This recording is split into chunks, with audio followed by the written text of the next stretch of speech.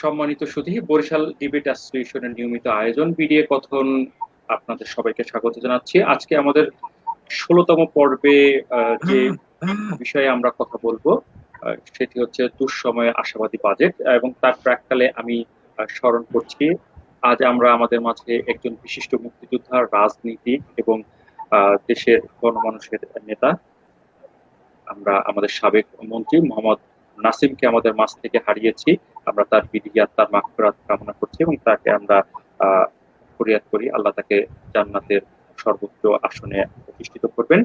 সম্মানিত দর্শক, এই মুহূর্তে আমাদের মাঝে এই দুঃসময়ে আশাবাদী বাজেট নিয়ে আলোচনার জন্য আমাদের মাঝে উপস্থিত রয়েছেন মোহাম্মদ আখতারুজ্জামান খান, বিভাগীয় প্রধান, অর্থনীতি বিভাগ, সরকারি প্রতিমন কলেজ বরিশাল। আমাদের মাঝে উপস্থিত রয়েছেন জনাব কাজী আবুল কালাম আজাদ, আহ সভাপতি বরিশাল মেট্রোপলিটন প্রেস ক্লাব। আমাদের মাঝে আরো উপস্থিত রয়েছেন জনাব জ্যোতির্ময় বিশ্বাস, সহকারী অধ্যাপক, বরিশাল বিশ্ববিদ্যালয়। এবং কিছুক্ষণের মাঝেই আমাদের মাঝে যুক্ত হবেন জনাব সাইদুর রহমান জিন্টু, সভাপতি Barishal chamber of commerce and industry. সম্মানিত দর্শক, আজকে এই আমরা যে একটি প্যান্ডেমিক সময় পার করছি, সেই সময়টিতে গণপ্রজাতন্ত্রী বাংলাদেশ সরকারের মাননীয় অর্থমন্ত্রী একটি সাহসী এবং একটি দুরন্ত উদ্দীপনার বাজেট আমাদের মাঝে পেশ করেছেন, এবং যে বাজেটটি আমাদের আশার সঞ্চার করে এবং যে বাজেটের মধ্যে আমরা বাংলাদেশের অর্থনীতিকে ঘুরে দাঁড়াবার একটি প্রয়াস লক্ষ্য করেছি। এবং সেই বাস্তবতায় আজকে মাননীয় অর্থমন্ত্রী যে বাজেটটি উপস্থাপন করেছেন সেখানে প্রচলিত বাজেটের ব্যয় ধরা হয়েছে 5,68,000 কোটি টাকা, এবং এখানে আয় ধরা হয়েছে 3,78,000 কোটি টাকা, এবং এখানে ঘাটতি বাজেট 1,90,000 কোটি টাকা ধরা হয়েছে। এবং সেক্ষেত্রে যদি আমরা বিশ্লেষণ করি আমাদের বাজেটের এই আয় এবং ব্যয়ের মধ্যে যেটি ঘাটতি বাজেট রয়েছে, অর্থমন্ত্রী খুব স্পষ্ট ভাবে সেই অর্থের সংস্থান কোন জায়গা থেকে হবে সেটি বলেছেন। এবং তিনি বলেছেন যে আমাদের প্রবৃদ্ধির লক্ষ্যমাত্রা 8.2% ধরা হয়েছে, এবং মূল্যস্ফীতি 5.4%, এবং বিনিয়োগে জিডিপি 33.5%। এবং এখানে যদি আমরা বলি সেখানে আমাদের শিল্পকে অনেক উৎসাহ রয়েছে, দেশীয় শিল্পকে এবং দেশীয় কর্মসংস্থানের জন্য অনেক প্রচেষ্টা মাননীয় অর্থমন্ত্রী তার এই বাজেটের মধ্যে ঘোষণা করেছেন। এবং যেটি সব থেকে বড় বিষয় সেটি হচ্ছে করোনার সময় এই বাজেটে আমাদের স্বাস্থ্য খাতে কি বরাদ্দ থাকবে সেটি ছিল সবার দৃষ্টি। সেখানে অর্থমন্ত্রী বরাবরের মতোই স্বাস্থ্য খাতের বরাদ্দ রেখেছেন, কিন্তু করোনাকালীন সময়ের জন্য আলাদা তিনি একটি ক্ষোভ বরাদ্দ রেখেছেন। এবং প্রস্তাবিত বাজেটে কৌশলগতভাবে 4টি পদক্ষেপের কথা উল্লেখ করা হয়েছে। সেগুলো হচ্ছে: 1, সরকারি ব্যয় বাড়ানো; 2, বিশেষ ঋণ সুবিধা দেয়া; 3, নিরাপত্তা বলয় সম্প্রসারণ; এবং 4, বাজেটে মানে বাজারে তারল্যের সঞ্চালন। এবং সেই ক্ষেত্রে যদি আমরা একটু চিন্তা করি, আজকে আমাদের যারা অতিথি রয়েছেন তারা হচ্ছে এই বাজেটের খুঁটিনাটি বিষয় নিয়ে আমরা আলোচনা করবেন। সুপ্রিয় দর্শক, বাজেটে আমরা যে বিষয়টি নিয়ে স্বাভাবিকভাবে দেখি সেটি হচ্ছে বাজেট এলেই পত্রপত্রিকায় কিংবা সাধারণ মানুষের মধ্যে যে বিষয়টি পরিলক্ষিত হয় যে কোন পণ্যের দাম বেড়েছে কিংবা স্বাভাবিকভাবে কোন পণ্যের দাম কমেছে। আসলে বাজেট হচ্ছে একটি দেশের অর্থনীতি কিভাবে এক বছরে পরিচালিত হবে, আমরা কিভাবে আগামীতে আমাদের জীবন ধারণ করব এবং দেশকে এগিয়ে নিয়ে যাব, কিভাবে আমাদের প্রজন্ম ভালো থাকবে, সেই সব কিছুই আসলে এই বাজেটের মধ্যে থাকে। শুধু পণ্যের দাম কমানো কিংবা পণ্যের দাম বাড়া এটি বাজেটের মূল বিষয় নয়, যারা প্রান্তিক পর্যায়ে যারা দেখেন বা যারা আলোচনা করেন। আমি শুরুতেই যাব জ্যোতির্ময় বিশ্বাস আপনার কাছে, যে বাজেটে অর্থমন্ত্রী খুব চমৎকার ভাবে আমাদেরকে আশার সঞ্চার করেছেন এবং বাজেটে অনেকগুলো চ্যালেঞ্জেরও বিষয় রয়েছে। এই বাজেটটি বাস্তবায়ন করতে গেলে অর্থমন্ত্রী কি কি চ্যালেঞ্জের সম্মুখীন হবেন এবং সেক্ষেত্রে আমাদের করণীয় কি থাকবে? জনাব জ্যোতির্ময় বিশ্বাস। ধন্যবাদ। প্রথমেই আমি সবাইকে শুভেচ্ছা জানাচ্ছি এবং শ্রদ্ধা জানাচ্ছি। বর্তমান সময় আসলে খুবই সংকটকালীন সময়ে, অতিমারির এই সময়ে বিগত প্রায় 3 মাস যাবৎ যারা এই অতিমারিতে প্রাণ ত্যাগ করেছেন, আমি সবার আত্মার প্রতি আত্মার মাগফিরাত কামনা করছি এবং শোক জ্ঞাপন করছি। সংকটকালীন সময়, তাই বাজেটটা অ্যাকচুয়ালি সংকট থেকে উত্তরণের বাজেট। সংকট থেকে উত্তরণের এই যে বাজেট, এটা অতীতে আসলে সচরাচর এইরকম দেখা যায়নি, যেহেতু এটা খুবই অতিমারির সময়। দুটা মূলত ঝুঁকির বিষয় এখানে রয়েছে। এক হচ্ছে মারাত্মক স্বাস্থ্য ঝুঁকি এবং অর্থনৈতিক ঝুঁকি। আমাদের বাংলাদেশ বর্তমানে এর মধ্যেই রয়েছে।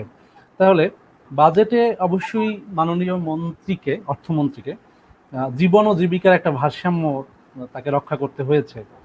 স্বাস্থ্য ঝুঁকির ক্ষেত্রে মন্ত্রী মহোদয় জনস্বাস্থ্যের গুরুত্ব দিয়েছেন। থোক বরাদ্দ সহ সব মিলে প্রায় স্বাস্থ্য খাতে বরাদ্দ গতবারের চেয়ে প্রায় দ্বিগুণ হয়েছে। আর অর্থনৈতিক ঝুঁকি মোকাবেলায় খাদ্য নিরাপত্তা, সামাজিক সুরক্ষা বিস্তৃত জোরদার করা হয়েছে।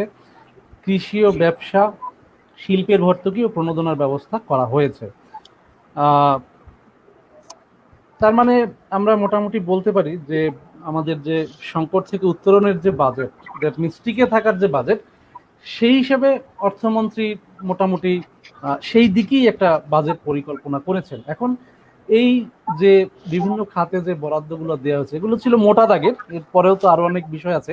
তারপরেও এই প্রধান যে দাগগুলো যে বরাদ্দ দেওয়া হয়েছে, তা কতটুকু আসলে ঠিক হয়েছে কিনা বা আরো বরাদ্দ দেওয়া উচিত ছিল কিনা, সেটা নির্ভর করে এই সংকট কতদিন থাকবে তার উপরে। আমরা আশা করছি এই সংকটের দ্রুত নিরসন হোক। এখন অবশ্যই এই বাজেটের বেশ কিছু চ্যালেঞ্জ রয়েছে। এটা ঠিক নর্মাল সময়ের বাজেট নেয়, যেমন অনেক সীমাবদ্ধতার মধ্য থেকে এই বাজেটটি করা হয়েছে। তাই সঙ্গত কারণেই আমি মনে করি এই সময় রাজস্ব আয়টা যেটা ধরা হয়েছে তার চেয়ে অনেক কম হবে। বাজেট ঘাটতি, এই রাজস্ব আয় কম হওয়ার কারণে ব্যয় আমাদের কমানোর কোনো সুযোগ নেই। তাই বাজেট ঘাটতি অনেক বড় হতে পারে, সেক্ষেত্রে ঋণের বোঝাও বেড়ে যেতে পারে। তবে আমার মনে হয় এটা খুব একটা অসুবিধা হবে না, কারণ এখন আমাদের যে দেশি এবং বিদেশি ঋণের বোঝা আমাদের আস্তে আস্তে আমরা কমিয়ে ফেলেছি, আমাদের সেই ঋণের বোঝাটা কম। এই ক্ষেত্রে বেসরকারি খাতে ঋণ চাহিদাও খুব একটা বাড়বে না সামনের এই অর্থ বছরে। এই কারণে আমার মনে হয় এটা খুব একটা সমস্যা হবে না। সরকারি ব্যয়ের ক্ষেত্রে আরেকটি বড় চ্যালেঞ্জ, যে সরকারি ব্যয়ের ক্ষেত্রে চরম মিতব্যয়িতার পরিচয় দিতে হবে। কারণ চলমান প্রায় 1000-এর মতো উন্নয়ন প্রকল্প রয়েছে, সেগুলোর মধ্য থেকে অগ্রাধিকার ক্রমে যেগুলো লাগবে, যেগুলো অনেক বড় কর্মসংস্থানের সুযোগ সৃষ্টি করছে, সেগুলো ঠিক রাখতে হবে। আর বাকিগুলোর ক্ষেত্রে ব্যয় বরাদ্দ কাটছাট করতে হবে, কারণ আয় এবার সঙ্গত কারণে কম। সবচেয়ে বড় যে চ্যালেঞ্জটা আমি মনে করছি মন্ত্রী মহোদয় এবার নিয়েছেন, সেটা হচ্ছে জিডিপির প্রবৃদ্ধি উনি ধরেছেন 8.2% এই বাজেটে। এখন এই লক্ষ্য পূরণ সম্ভব হতো যদি করোনা ভাইরাস অতি দ্রুত দুর্বল হয়ে যায়, তবে এটা সম্ভব হতো। তাছাড়া বেসরকারি বিনিয়োগও এই লক্ষ্য পূরণ হতে হলে প্রায় দ্বিগুণ হতে হবে। কিন্তু বাস্তবে বেসরকারি বিনিয়োগ হয়ে গেছে অর্ধেক। তাছাড়া আমাদের অর্থনীতির যে দুটি বড় চালিকা শক্তি, রপ্তানি আয় ও প্রবাস আয়, দ্যাট মিনস রেমিটেন্স, এই দুটি বড় ধাক্কা খেতে যাচ্ছে। কাজেই জিডিপির প্রবৃদ্ধির লক্ষ্যমাত্রা যে 8.2% ধরা হয়েছে, আমি এটা মনে করি খুবই কষ্টসাধ্য একটা বিষয় হবে এই লক্ষ্য পূরণে। আর স্বাস্থ্য খাতের যে বরাদ্দ বৃদ্ধি পেল, সেটা প্রশংসনীয়, আমি এজন্য অর্থমন্ত্রী মহোদয়কে ধন্যবাদ জানাচ্ছি। তবে স্বাস্থ্য খাতের এই যে ব্যবস্থাপনার একটি বিষয় আছে, সে চিত্রটা আমরা খুব করুণ একটা চিত্র আমরা দেখতে পাই এই করোনার মধ্যে। এখন সেটার উন্নয়ন বা সংস্কারের কোনো সুনির্দিষ্ট দিক নির্দেশনা এই বাজেটে নেই, সেটাও আমার মনে হয় দেয়াটা উচিত ছিল এই সংকটকালীন সময়ে। সামাজিক সুরক্ষা খাতে বরাদ্দ বেশি দেয়া হয়েছে, কিন্তু আমি মনে করছি এটা আরেকটু বাড়ানো লাগতে পারে অর্থ বছরের শেষের দিকে, কারণ এই অতিমারির কারণে কর্মসংস্থানের অবস্থাও আরো খারাপ হয়ে যেতে পারে। অলরেডি এই 3 মাসের মধ্যে অর্থনীতিবিদগণ মনে করছেন প্রায় বেকারত্ব আমাদের দেশে প্রায় দ্বিগুণ হয়ে গেছে প্রায়। এই কারণে সামাজিক সুরক্ষা খাতের বিষয়টি আরো একটু পর্যালোচনার অবকাশ রাখে। শিক্ষা ও প্রযুক্তির ক্ষেত্রেও এবার বরাদ্দ রাখা হয়েছে জিডিপির 2.7%।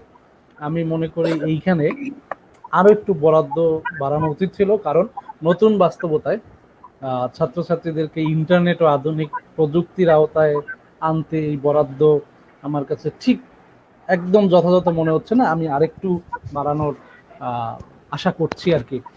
সব মিলে এবারে যে গতানুগতিক বাজেট নয়, টিকে থাকার বাজেট, আমার মনে হয় যে আপাতত মাননীয় মন্ত্রী মহোদয় সেই দিকেই হেঁটেছেন। ভবিষ্যতে যদি করোনা পরিস্থিতির উন্নতি হয় তাহলে হয়তোবা বিভিন্ন জায়গায় আবার পুনরায় বন্টন করে অনেক কিছু নতুন করে সম্ভব। কিন্তু আপাতত আমি মনে করছি যে উনি ঠিক পথে আগাচ্ছেন।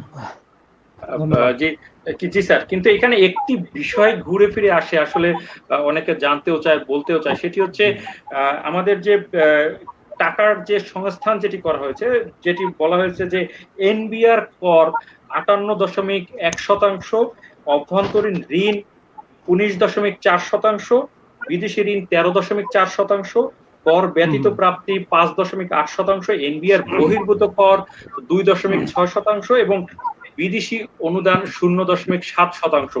কিন্তু স্যার, আমাদের যে অভ্যন্তরীণ যে ঋণ, সেটি কি এই আমাদের এই কোভিড এর সময়ে এবং হচ্ছে গিয়ে যে বিশ্বের যে টালমাটাল অবস্থায় আমাদের ফরেন রেমিটেন্স কমে গিয়েছে, আমাদের রপ্তানি আয় কমে গিয়েছে, সেক্ষেত্রে যে ব্যাংকিং ব্যবস্থায় একটি অস্থিরতা বিরাজ করবে কিনা? ব্যাংকিং, হ্যাঁ কিছুটা তো আসলে অস্থিরতা থাকবেই, কারণ সময়টা আসলে অস্থির সময় এখন। আহ, সরকারকে তো আসলে ব্যয় করতেই হবে, এছাড়া কোনো বিকল্প নেই এই সংকটকালীন সময়ে। আপনি ব্যয় না করে এ থেকে তো উত্তরণের পথ আপনি খুঁজে পাবেন না। এবং এখানে ধারণা করা হচ্ছে যে বেসরকারি বিনিয়োগও তো এই অর্থ বছরে, সামনের অর্থ বছরে খুব একটা বাড়বে না। যার কারণে বৈদেশিক অভ্যন্তরীণ উৎস থেকে, ব্যাংক ঋণ, এই সমস্ত উৎস থেকে সরকারকে ঋণ নিতে খুব একটা বেগ পেতে হবে না। আর যেহেতু বিনিয়োগের কারণে যে ঋণটা, সেই ঋণটাও অনেকখানি স্থবির থাকবে। এই কারণে সরকার যত এই অভ্যন্তরীণ তথা ব্যাংক খাত থেকে ঋণ নেবে, আমার মনে হয় ব্যাংকেরও কিছু অর্থায়নের সুযোগ থাকবে সেক্ষেত্রে। আমার মনে হয় যে ঠিক আছে, অসুবিধা হবে না। জি, আমি একটু এই মুহূর্তে জনাব আখতারুজ্জামান খান স্যারের কাছে যাব। স্যার, আপনি যদি সামগ্রিকভাবে এই করোনা মন্দার সময় যে আমাদের অর্থনীতিকে চাঙ্গা করার জন্য মাননীয় মন্ত্রী মহোদয় যে বাজেটটি প্রণয়ন করলেন, এবং সেই জায়গাটিতে স্যার আপনার মূল্যায়ন কি? এই সময় বাজেটটি গতানুগতিক বাজেট হয়েছে, নাকি স্যার একটু ভিন্ন মাত্রার বাজেট আমরা পেয়েছি? ধন্যবাদ। আমি যারা সারা বিশ্বব্যাপী বৈশ্বিকভাবে করোনায় আক্রান্ত হয়ে ইতিমধ্যে পৃথিবী ছেড়ে চলে গিয়েছেন, আমি তাদের প্রতি শ্রদ্ধা এবং তাদের আত্মার মাগফিরাত কামনা করছি। যারা আক্রান্ত আছেন তাদের অতি দ্রুত সুস্থতা কামনা করছি। আমার দেশ বাংলাদেশ, বাংলাদেশে যারা আক্রান্ত এবং আছেন তাদের সুস্থতা, এই আমার জেলা শহর বরিশাল সহ আমার যারা আছেন এই করোনা কেন্দ্রিক দুঃসময়ের মধ্যে যারা আছেন তাদের কল্যাণ কামনা করে শুরু করছি। এবং সাথে সাথে আমি ধন্যবাদ জানাচ্ছি শ্রদ্ধাভাজন আমাদের কাজী আজাদ ভাই, উনি মেট্রোপলিটন প্রেস ক্লাবের সভাপতি, বিশিষ্ট সাংবাদিক, দীর্ঘদিন সাংবাদিকতায় রয়েছেন। শ্রদ্ধা এবং অভিনন্দন জানাচ্ছি আমার সহ আলোচক বরিশাল বিশ্ববিদ্যালয়ের জনাব জ্যোতির্ময় স্যারকে। আসলে ওই যে কথাটি এসছে, যে টাইটেলটাই যে দুঃসময়ের আশাবাদী বাজেট, আপনারা যে টাইটেলটা ফিক্স করেছেন দুঃসময়ের আশাবাদী বাজেট, একটা কথা বলতে চেয়েছেন। আমি ওই যে সংকট বা করোনার মানে প্রাদুর্ভাবের যে কথা বলেছে অর্থমন্ত্রী, কিন্তু এটা টাইটেলটা দিয়েছেন এরকম, ইকোনমিক ট্রানজিশন, অর্থনৈতিক উন্নয়ন এবং ভবিষ্যৎ পথ পরিক্রমা। যে আমরা যে এই যে ইকোনমিক ট্রানজিশন, মানে এই যে একটা অবস্থা থেকে আর একটা অবস্থার মধ্যে চলে যাওয়ার ট্রানজিশন, এবং ভবিষ্যতে আমরা কিভাবে এটা থেকে এক্সিট প্ল্যান করবো, আমি বলবো যে এটা একটা এক্সিট প্ল্যানের, এই করোনা থেকে বেরিয়ে আসার একটা আর্থিক পরিকল্পনার একটা মানে একটা ফিনান্সিয়াল প্রেজেন্টেশন। এবং বাজেটকে ওই অর্থে বলা হয় যে বাজেট একটা ইয়ারলি প্ল্যান। এবং আমি ওই পরিসংখ্যিক এবং আর্থিক দলিলের বাইরে আরো একটু যোগ করে বলতে চাই যে বাজেট মূলত একটা গভর্নমেন্টের নীতি কাঠামো কিরকম হবে, পলিসি ইনস্ট্রুমেন্ট। এটা একটা একদিকে fiscal policy instrument, fiscal instrument, অন্যদিকে মনিটরি ইনস্ট্রুমেন্ট। সাথে সাথে এটা কিন্তু একটা গভর্নমেন্ট তার সামগ্রিক রাষ্ট্র পরিচালনার ক্ষেত্রে কিভাবে আয় করবেন, কিভাবে ব্যয় করবেন, তার সেক্টরাল অগ্রাধিকারগুলো কি কি, এই সব কিছু মিলে, হ্যাঁ, আমরা যেটা বলতে চাই যে এটা এটা এটা একটা পরিকল্পনা, এটা একটা দলিল, এবং এই দলিলকে ঘিরে আগামী 1 বছরে আমরা কিভাবে এগুবো, এইটা থেকে কিভাবে বেরিয়ে আসবো তার একটি রূপরেখা উপস্থাপন করেছেন। আমরা গতকালকেও দেখেছি মাননীয় অর্থমন্ত্রী বলেছেন যে আমরা এমন একটা পরিবেশের মধ্যে সারা বাংলাদেশ সারা বিশ্বব্যাপী আছি, এবং সেটা তো অর্থ মন্ত্রণালয় তো একই অবস্থার মধ্যে আছে। তো উনি বললেন যে আমরা কি মানে কোন একটা পরিবেশের ভেতর থেকে এটা প্রণয়ন করেছি, আমাদের রেভিনিউ কালেকশনের প্রক্রিয়াটা, জনজীবনই তো এখানে এখন মানে একেবারে বদ্ধ অবস্থায় রয়েছে। সেখান থেকে এই যে বাজেটটি উপস্থাপন করেছে, আমি এই জন্য মাননীয় অর্থমন্ত্রীকে ধন্যবাদ জানাচ্ছি। এবং আমি একটি কথা বলি যে এইখানে যে আমরা যে বাজেটটি নতুন বাজেটটি এসছে, সেখানে আমাদের মূল বাজেট থেকে যে এবারে যেটা 5,68,000 কোটি টাকা, এটা গতবারে ছিল 5,23,190 কোটি টাকা। এবং আমি যদি ওই গত বছরের মূল বাজেটকে ভিত্তি ধরে একটা পরিসংখ্যান দাঁড় করাই, তাহলে মূল বাজেটের চেয়ে এই বাজেট বেড়েছে 8.56 ভাগ। আর যদি আমি সংশোধিত বাজেট, যেটা মাননীয় অর্থমন্ত্রী উপস্থাপন করেছেন, যে একটা রিভাইজড বাজেটের যেটা উপস্থাপন করেছেন, তার সাইজ অফ বাজেট হলো 5,01,577 কোটি টাকা, এবং সেই 5,01,577 কোটি টাকা থেকে 5,68,000 কোটি টাকা মাত্র 13.24 গুণ বেশি। তো সেই অর্থে যে বাস্তবতাটা, অর্থনীতির চাহিদার বাস্তবতা, অর্থনীতির কর্মসৃজনের সামাজিক নিরাপত্তার বাস্তবতা, এবং আমাদের কৃষিকে টেনে তুলে ধরা, স্বাস্থ্য খাতকে বরাদ্দ দেয়া, সামগ্রিকভাবে একটা বাজেট যে এটা 13.24 ভাগ সাইজটা বেড়েছে, আসলে এটা এটা প্রত্যাশিত, এটা প্রত্যাশিত, অপ্রত্যাশিত কিছু না। এবং আমরা শুধু বারবার একটি কথাই বলে আসি, এই শব্দটি আমার কাছে খুব মানে অপ্রিয় একটি শব্দ, গতানুগতিক শব্দটি। কি হতে পারতো, কি হতে পারতো, রাষ্ট্র এখন কি উদ্ভাবনীমূলক কি করতে পারতো? সারা বাংলাদেশ তো এখানে লকডাউন, প্রশাসনিক কার্যক্রম, রেভিনিউ কালেকশন, জনজীবন, কর্মসৃজন, কর্মপ্রক্রিয়া, শিক্ষা, স্বাস্থ্য, শুধু স্বাস্থ্য খাত জীবিত আছে। এছাড়া মানে মোস্ট অফ দ্য সেক্টরস তো এখন একটা লকডাউনের মধ্যে আছে। তো সেখানে আমরা কি প্রত্যাশা করতে পারি? আমরা কি এখন একটা সারা বিশ্ব যখন একটা মহামারী অতিমারী থেকে বেরোনোর প্রচেষ্টা চালাচ্ছে, সেখান থেকে ওই গতানুগতিকতার শব্দটা গতানুগতিক ভাবে যে আমরা ব্যবহার করছি, এটা আসলে আমার কাছে অতটা যৌক্তিক মনে হচ্ছে না। আমি যেটা মনে করি, দেশের সার্বিক চাহিদার প্রেক্ষিতে এইটার যে সাইজ অফ, প্রথমেই বলবো যে এটার যে সাইজ অফ বাজেট, এটা আমার মনে হয় যে এটা ঠিক আছে। এখন আমি বলবো যে এখানে রেভিনিউ কালেকশনের যদি আমরা রাজস্ব বলি, রাজস্ব আয়ের কথা বলি, মাত্র সংশোধিত বাজেট থেকে মূল বাজেট থেকে এটা মাত্র 0.5005%, মাত্র 190 কোটি টাকা আমাদের মূল বাজেট থেকে, গত বছরের রেভিনিউ যেটা তার থেকে মাত্র 0.5050 বেশি। আর সংশোধিত বাজেট 19-20 সংশোধিত বাজেটের চেয়ে 20-21 অর্থ বছরের রাজস্ব আয় বেড়েছে মাত্র 8.6, রিভাইজড বাজেটের চেয়ে মাত্র 8.6। আমি একটা কথা বলি, এখানে জ্যোতির্ময় বিশ্বাস আছেন, আমি একটি কথা বলি, একটা ম্যাক্রো ইকোনমিক পলিসিতে কোন ম্যাক্রো ইকোনমিস্ট কিংবা পলিসি মেকাররা যদি ফ্রাস্ট্রেটেড একটা জায়গা থেকে ইকোনমিক পলিসি ডকুমেন্ট প্রণয়ন করে, তাহলে তো রাষ্ট্রের মানে মনস্তাত্ত্বিক কাঠামোটাই ভেঙে যাবে, জনগণের, উৎপাদনকারীদের, ভোক্তাদের, সবাই। এখানে মাত্র 8.6% রেভিনিউকে মানে রেভিনিউ বাড়ানো হয়েছে রিভাইজ বাজেটের চেয়ে। আসলে কি এটা কি অনেক বড় মানে বড় কোনো প্রত্যাশা বা বড় কোনো সাইজ? এটা একটা বিষয়। আচ্ছা, তো তাহলে আমার মনে হচ্ছে যে এই রেভিনিউ, হ্যাঁ, পরবর্তীতে আলোচনা থাকবে যে আমরা রেভিনিউ সাপোর্টটা কিভাবে দেব, সেটা আমি পরে এসেছি, কিন্তু রিভাইজড বাজেটের চেয়ে মাত্র 8.6% বেশি এই বর্তমান বাজেটের রাজস্ব আয়টা। এখন দেশের বাস্তবতাটা কি? আপনার স্বাস্থ্য খাত চাচ্ছে, আপনার কৃষি খাত চাচ্ছে, আপনি রেভিনিউ নিরাপত্তা বেষ্টনীতে আরো বলছেন যে, আপনি জ্যোতির্ময় বিশ্বাস বললেন যে আমরা এই বছরের শেষের দিকে, অর্থ বছরের শেষের দিকে আমাদের হয়তো এই নিরাপত্তা বেষ্টনীতে আরো কিছু বরাদ্দ লাগতে পারে। আমরা আমাদের ভেতরে কর্মসৃজনের জন্য আরো বরাদ্দের প্রত্যাশা করছি।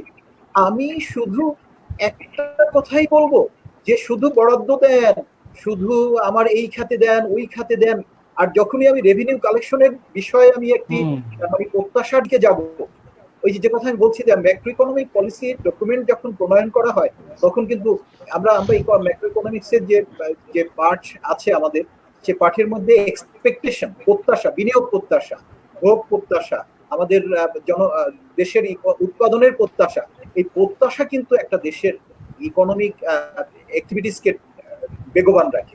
সেই অর্থে আমি তো বলবো যে আমি একটা রেফারেন্সই দিতে পারি, তুলনামূলক একটা রেফারেন্স যদি আমরা টানি, আপনি দেখবেন যে বাংলাদেশ অর্থনীতি সমিতি ডক্টর আবুল বারকাত স্যার, আমি তাকে ওই বাজেট সেশনে ওনারা যেটা ঘোষণা করেছিলেন আমি ওখানে ছিলাম, আমি প্রশ্ন করেছিলাম যে আপনি 12,61,000 টাকার রেভিনিউ কালেকশনের জন্য যে প্রস্তাবনা দিয়েছেন, বর্তমান যে আমাদের যে মেশিনারিজ আছে, এই মেশিনারি যে এটা কতটা মানে রিয়ালিস্টিক, উনি কতগুলো খাত ধরে ধরে বললেন যে এইভাবে করে আমরা প্রস্তাবনাটা সাজিয়েছি।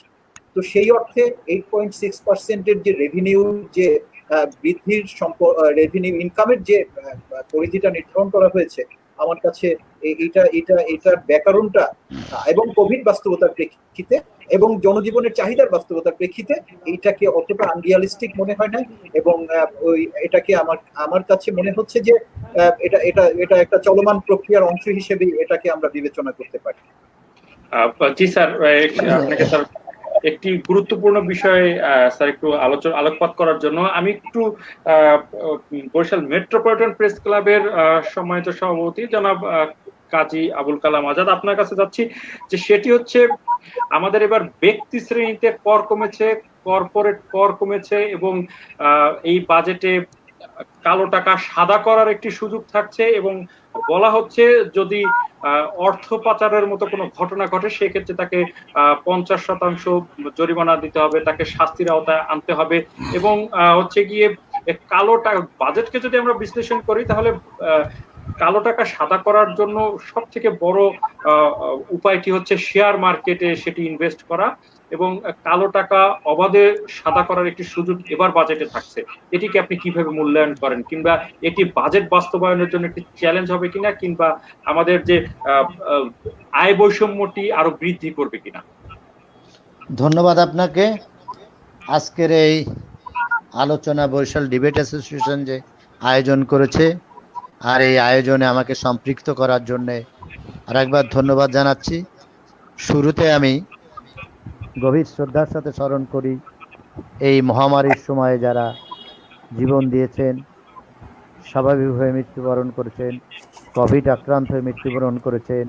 এদের মধ্যে রয়েছেন আমাদের শ্রদ্ধাভাজন জামিলুর রেজা চৌধুরী, অধ্যাপক আনিসুজ্জামান স্যার, সুরকার আজাদ রহমান, বিশিষ্ট প্রশাসনিক কর্মকর্তা ছিলেন ডক্টর সাদাত হোসেন, মারা গেলেন, ইন্তেকাল করেছেন আজকে বঙ্গবন্ধুর ঘনিষ্ঠ সহচরে সুযোগ্য পুত্র মোহাম্মদ নাসিম।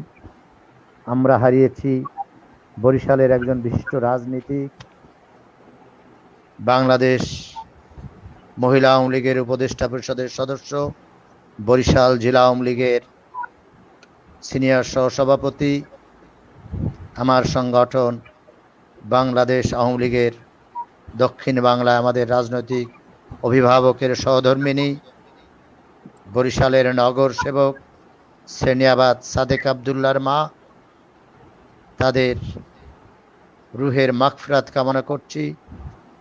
আমি রুহের মাগফিরাত কামনা করছি যে সমস্ত সম্মুখ যুদ্ধের ব্যক্তিরা, পুলিশ, ডাক্তার, সাংবাদিকরা জীবন উৎসর্গ করেছেন, তাদের রুহের মাগফিরাত কামনা করছি, সুস্থতা কামনা করছি। সারা বিশ্বে যে যেখানে অসুস্থ রয়েছেন তাদেরকে আমি ধন্যবাদ এবং শুভেচ্ছা জানাচ্ছি। আজকের আলোচক বিশিষ্ট অর্থনীতিবিদ, বরিশাল সরকারি বিএম কলেজের অর্থনীতি বিভাগের বিভাগীয় প্রধান জনাব প্রফেসর আখতারুজ্জামান, বরিশাল বিশ্ববিদ্যালয়ের সহকারী অধ্যাপক জ্যোতির্ময় গুহ, লাইফে যারা এ অনুষ্ঠান শুনছেন তাদের সবাইকে। মোটা দাগে একটি কথা বলতে গেলে বলতে হয়, যে অর্থনীতির বাজেটের এই পর্যালোচনা এই সংক্ষিপ্ত আকারে আমরা অতি সংক্ষিপ্তভাবে হয়তো দু চারটি কথা বলতে পারবো, সেজন্য সব কিছু প্রতিফলিত হবে, সব আমরা জানি, সব আমরা বুঝি তা কিন্তু না। মোটা দাগে দুজন অর্থনীতিবিদ যে আলোচনা করছেন তাতে সব কথা কিন্তু হয়ে গিয়েছে। একটি বাজেট সরকারের এক বছরের নির্দিষ্ট সীমারেখায় কি করে তার আয় ব্যয়, কোত্থেকে তার টাকা আসবে, কোথায় সেটা খরচ হবে। কিন্তু 18 কোটি মানুষের এই আখতারুজ্জামান জনাব অর্থনীতি সমিতির যারা, তারা শিক্ষক সম্প্রদায়, যারা অর্থনীতিবিদ, যারা ব্যবসায়ী, এরা খুব ভালো করে বোঝেন বাজেট কি। কিন্তু আমার সাধারণ মানুষ কি বোঝে? তারা বোঝে বাজেট যখন প্রণয়ন হবে, জুন মাস হলেই যেদিন বাজেট হয় সেদিন রাত থেকে সব কিছুর দাম বাড়ে। কাঁচা শাক থেকে শুরু করে, সবজি থেকে শুরু করে, ফলমূল থেকে পেঁয়াজ রসুন আদা মরিচ গরম মশলা পর্যন্ত, চাল ডাল নিত্য প্রয়োজনীয় জিনিস, এমনকি কাপড় চোপড় সবকিছু দাম বাড়ে। এরা জানে দাম বাড়বে, হয়ও তাই। আমরা সেই কালচারের মধ্যে কিন্তু প্রবেশ করছি। আবার কিছু কিছু জিনিসের দাম কমার কথা বলা হয় বাজেটে, সেগুলো কিন্তু সমাজে প্রতিফলিত হয় না। আপনি যে কথা বলেছেন যে মাননীয় অর্থমন্ত্রী আমাদের এই বৈশ্বিক দুর্যোগের সময় প্রধানমন্ত্রী শেখ হাসিনার দিক নির্দেশনায় যে বাজেট দিয়েছেন, সে বাজেট আপনার কথা বলতে হয় দুঃসময়ে আশাবাদী বাজেট। মাননীয় অর্থমন্ত্রী যে কথা বলেছেন যে অর্থনৈতিক উত্তরণ ও ভবিষ্যতের পথ পরিক্রমা, এই যে অর্থনীতিকে চাঙ্গা রাখা, এ থেকে উত্তরণ আমরা যেন পিছলে না পড়ি, এই কাজটা করেছেন। এই কাজটা কিন্তু সরকার কেন করেছেন? এই 50তম স্বাধীনতা বার্ষিকীর এই 49তম বাজেট, আমরা সেদিন যদি তাকাই, আমাদের প্রধানমন্ত্রী অর্থমন্ত্রী তাজউদ্দিন আহমেদ যে বাজেট দিয়েছিলেন 786 কোটি টাকার বাজেট, সেই বাজেট 19-20 থেকে 20-21 যে বাজেট, সে বাজেট কিন্তু বর্ধিত বাজেট। আবার বিশ্বব্যাপী মহামারী, এই মহামারীতে পৃথিবীর অনেক মেরুকরণ হবে, মেরুকরণ হবে রাজনীতির, উলট পালট হবে অনেক কিছু, অর্থনৈতিক মন্দা আসবে, মোকাবেলা করতে হবে, মানুষ মারা যেতে পারে। কিন্তু যে কারণে একটি সরকার দেশ জনগণের প্রতি প্রেম প্রীতি ভালোবাসা যদি থাকে, তাহলে তারা সাহসী পদক্ষেপ নিতে পারে। আমি মনে করি বঙ্গবন্ধুর কন্যা জননেত্রী শেখ হাসিনার সরকার সেই সাহসী পদক্ষেপ নিয়েছেন। সাহসী পদক্ষেপ নিতে গিয়ে বাজেট অধিবেশনে তিনি যে কথা বলেছেন যে আমি আমার জীবনকে এদেশের মানুষের জন্য বিলিয়ে দেব, তিনি আরেকটি কথা বলেছেন, আমরা এ পর্যন্ত জানি কোভিডের কিন্তু কোনো ভ্যাকসিনও আবিষ্কার হয়নি কোনো নির্ধারিত কোনো ওষুধ, ফলে আমরা আমাদের মতো করে আমরা চলাফেরা করছি। উনি বলছেন মৃত্যু তো অবধারিত, তাহলে তো ভয় করে লাভ কি? কিন্তু ভয় আমরা করব না ঠিক, কিন্তু একটু অস্থির সময় আমরা পার করছি। যে কথা আখতার স্যার বলছিলেন, জ্যোতির্ময় স্যার বলছিলেন যে পারিবারিক থেকে ব্যক্তি, সংসার, সমাজ, পাড়া, মহল্লা, রাষ্ট্র এবং বিশ্ব সম্প্রদায় আজ নানা কারণে উৎকণ্ঠিত, তারা উদ্বেগে দিন কাটায়। কে কখন মারা যায়, কে কখন কোভিড আক্রান্ত হয়, আমরা সেটা জানতে পারি না। আমাদের স্বাস্থ্য খাতে কিন্তু বরাদ্দ আগেও ছিল, এবার কিন্তু বেশি হয়েছে, কিন্তু তারপরে স্বাস্থ্য খাতে নাজুক কেন? আপনি যে কথা বলেছেন, এই কথাটা এই কারণে বললাম যে এই স্বাস্থ্য খাতের কথা যদি আসে, স্বাস্থ্য খাতে কিন্তু বরাদ্দ বেড়েছে, কিন্তু বরাদ্দ বেড়েছে তাৎক্ষণিকভাবে আপনি আমাকে যে কথাটা অবতারণ করেছেন যে কালো টাকা সাদা করার যে কথা আপনি উচ্চারণ করেছেন, যে প্রশ্ন ছুড়ে দিয়েছেন, আমিও ঠিক ওই প্রশ্নটা জনগণের কাছে আপনাদের মাধ্যমে সরকারের কাছে আমি বলতে চাই। অতীতে বহুবার এদেশে কালো টাকা সাদা করার সিস্টেম চালু হয়েছিল, কালো টাকাকে সাদা করার জন্য সুযোগ দেওয়া হয়েছিল, কিন্তু কতটা কালো টাকা সাদা হয়েছে, কতটা কালো টাকা বিনিয়োগ হওয়ার পরে আমার দেশের মানুষের কর্মসংস্থান সৃষ্টি হয়েছে, আমরা কতটা সততার পরিচয় দিতে পেরেছি, আমরা কিন্তু তা দেইনি। এই ক্ষেত্রে আমি একটি মাত্র উদাহরণ দেব। সরকার বলেছিল সাধারণ ছুটি, আমাদেরকে অনুরোধ করেছিল ঘরে থাকার জন্য, আমরা কি ঘরে থেকেছি? আমরা কি সরকারের কথা শুনেছি? আর একটি কথা আপনি দেখেন, সে সময় কিন্তু নানা দিক থেকে নানা কথা উঠছিল, মার্শাল হোক, 144 ধারা হোক, নানান দিক থেকে, কিন্তু শেখ হাসিনা তার দূরদৃষ্টি দিয়ে, সাধারণ ছুটি দিয়ে মানুষকে কিন্তু সচল রাখার চেষ্টা করেছিলেন পাড়া মহল্লায়, আর আমাদেরকে অনুরোধ করেছিলেন আপনারা ঘরে থাকেন, আমরা ঘরে থাকিনি। আমাদের কারণে আজ আমরা মহামারীর মধ্য দিয়ে অতিক্রম করেছি। আজকে যদি কালো টাকা সাদা করার সিস্টেম চালু হয়, সিস্টেমটা আমি মনে করি 10% না, এখানে আরো কঠোরভাবে অন্তত পক্ষে 25% দেওয়া উচিত ছিল, যে আমরা দেখি কারা কারা কালো টাকা সাদা করে। এই 25% টাকা দিয়ে জনগণের টাকা, কালো টাকা মানে কি অবৈধ পথে উত্তরণ, সে ব্যবসা করে উত্তরণ, সেটা তার লব্ধিত অর্থ নয়, সে কিন্তু তার শ্রম দিয়ে সেটা অর্জন করেনি, সে কিন্তু অবৈধভাবে রাতের অন্ধকারে দিনের আলোতে এক প্রকার বলতে হয় রাষ্ট্রের প্রতি সে দুঃসাহসিক ডাকাতি করেছে, এই টাকা অর্জন করেছে। আজ রাষ্ট্র যখন তাকে এই সুযোগ দেবে, সে যদি এই সুযোগ না নেয় তখন রাষ্ট্র কি করে সেটা আমাদের দেখতে হবে। আজকে যদি রাষ্ট্র এই সুযোগ দিয়ে তাকে বলতো যে এইবার আমরা শেষবারের মতো কালো টাকাকে আমরা সাদা করার নিয়ম করে দিচ্ছি, এর পরবর্তীতে কঠোর থেকে কঠোর হতে হবে। আমরা যদি কাগজ কলমে লকডাউনের কথা বলে বাস্তবে আমরা যদি সেটা প্রতিফলিত না করতে পারি, তাহলে কোভিড যেমন আমরা দমন করতে পারবো না, ঠিক অনুরূপ ভাবে আমরা পারবো না। আজকে যেমন কালো টাকাকে সাদা করার সুযোগ দিচ্ছি, কাল আবার কালো টাকা মালিক গড়ে উঠবে আর উৎসাহিত হবে সেই সমস্ত তারা যারা সৎ ছিল, তারা বলবে আমার নতুন করে অমুক যদি কালো টাকাকে সাদা করার সুযোগ পায়, তাহলে আমিও অবৈধ পথে যাব না কেন? তাহলে সরকারকে এই সুযোগ বন্ধ করতে হবে, এই আমি প্রত্যাশা করি এবং সেই জিরো টলারেন্স আমি যেতে বলবো। স্যার এই আলোচনায় স্যার আপনার কাছে ফিরে আসবো। আমি একটু এই মুহূর্তে জনাব জ্যোতির্ময় বিশ্বাস স্যারের আরেকটি প্রোগ্রাম আছে, স্যারকে আমাকে ছেড়ে দিতে হবে। আমি হচ্ছে গিয়ে স্যারের কাছে যে বিষয়টি জানতে চাইবো সেটি হচ্ছে এই সময়টিতে আমাদের অনেকগুলো চ্যালেঞ্জ রয়েছে এবং যেগুলো হচ্ছে যে আমাদের আলোচকদের কথার মাঝ থেকে উঠে আসলো, কিন্তু আমরা একটি বিষয় দেখেছি, স্বাস্থ্য শিক্ষা এবং বিজ্ঞান গবেষণায় 100 কোটি টাকার মতো একটি বরাদ্দ রয়েছে। এবং আমাদের একজন দর্শক জানতে চেয়েছেন, জনাব তারিকুজ্জামান রুবেল, যে রাজনৈতিক সমন্বয়ের সংকট এবছরে বাজেট বাস্তবায়ন কতটা প্রভাব ফেলতে পারে বা কতটা চ্যালেঞ্জিং হতে পারে, একটু যদি স্যার আপনি এই জায়গাটাতে একটু কথা বলেন।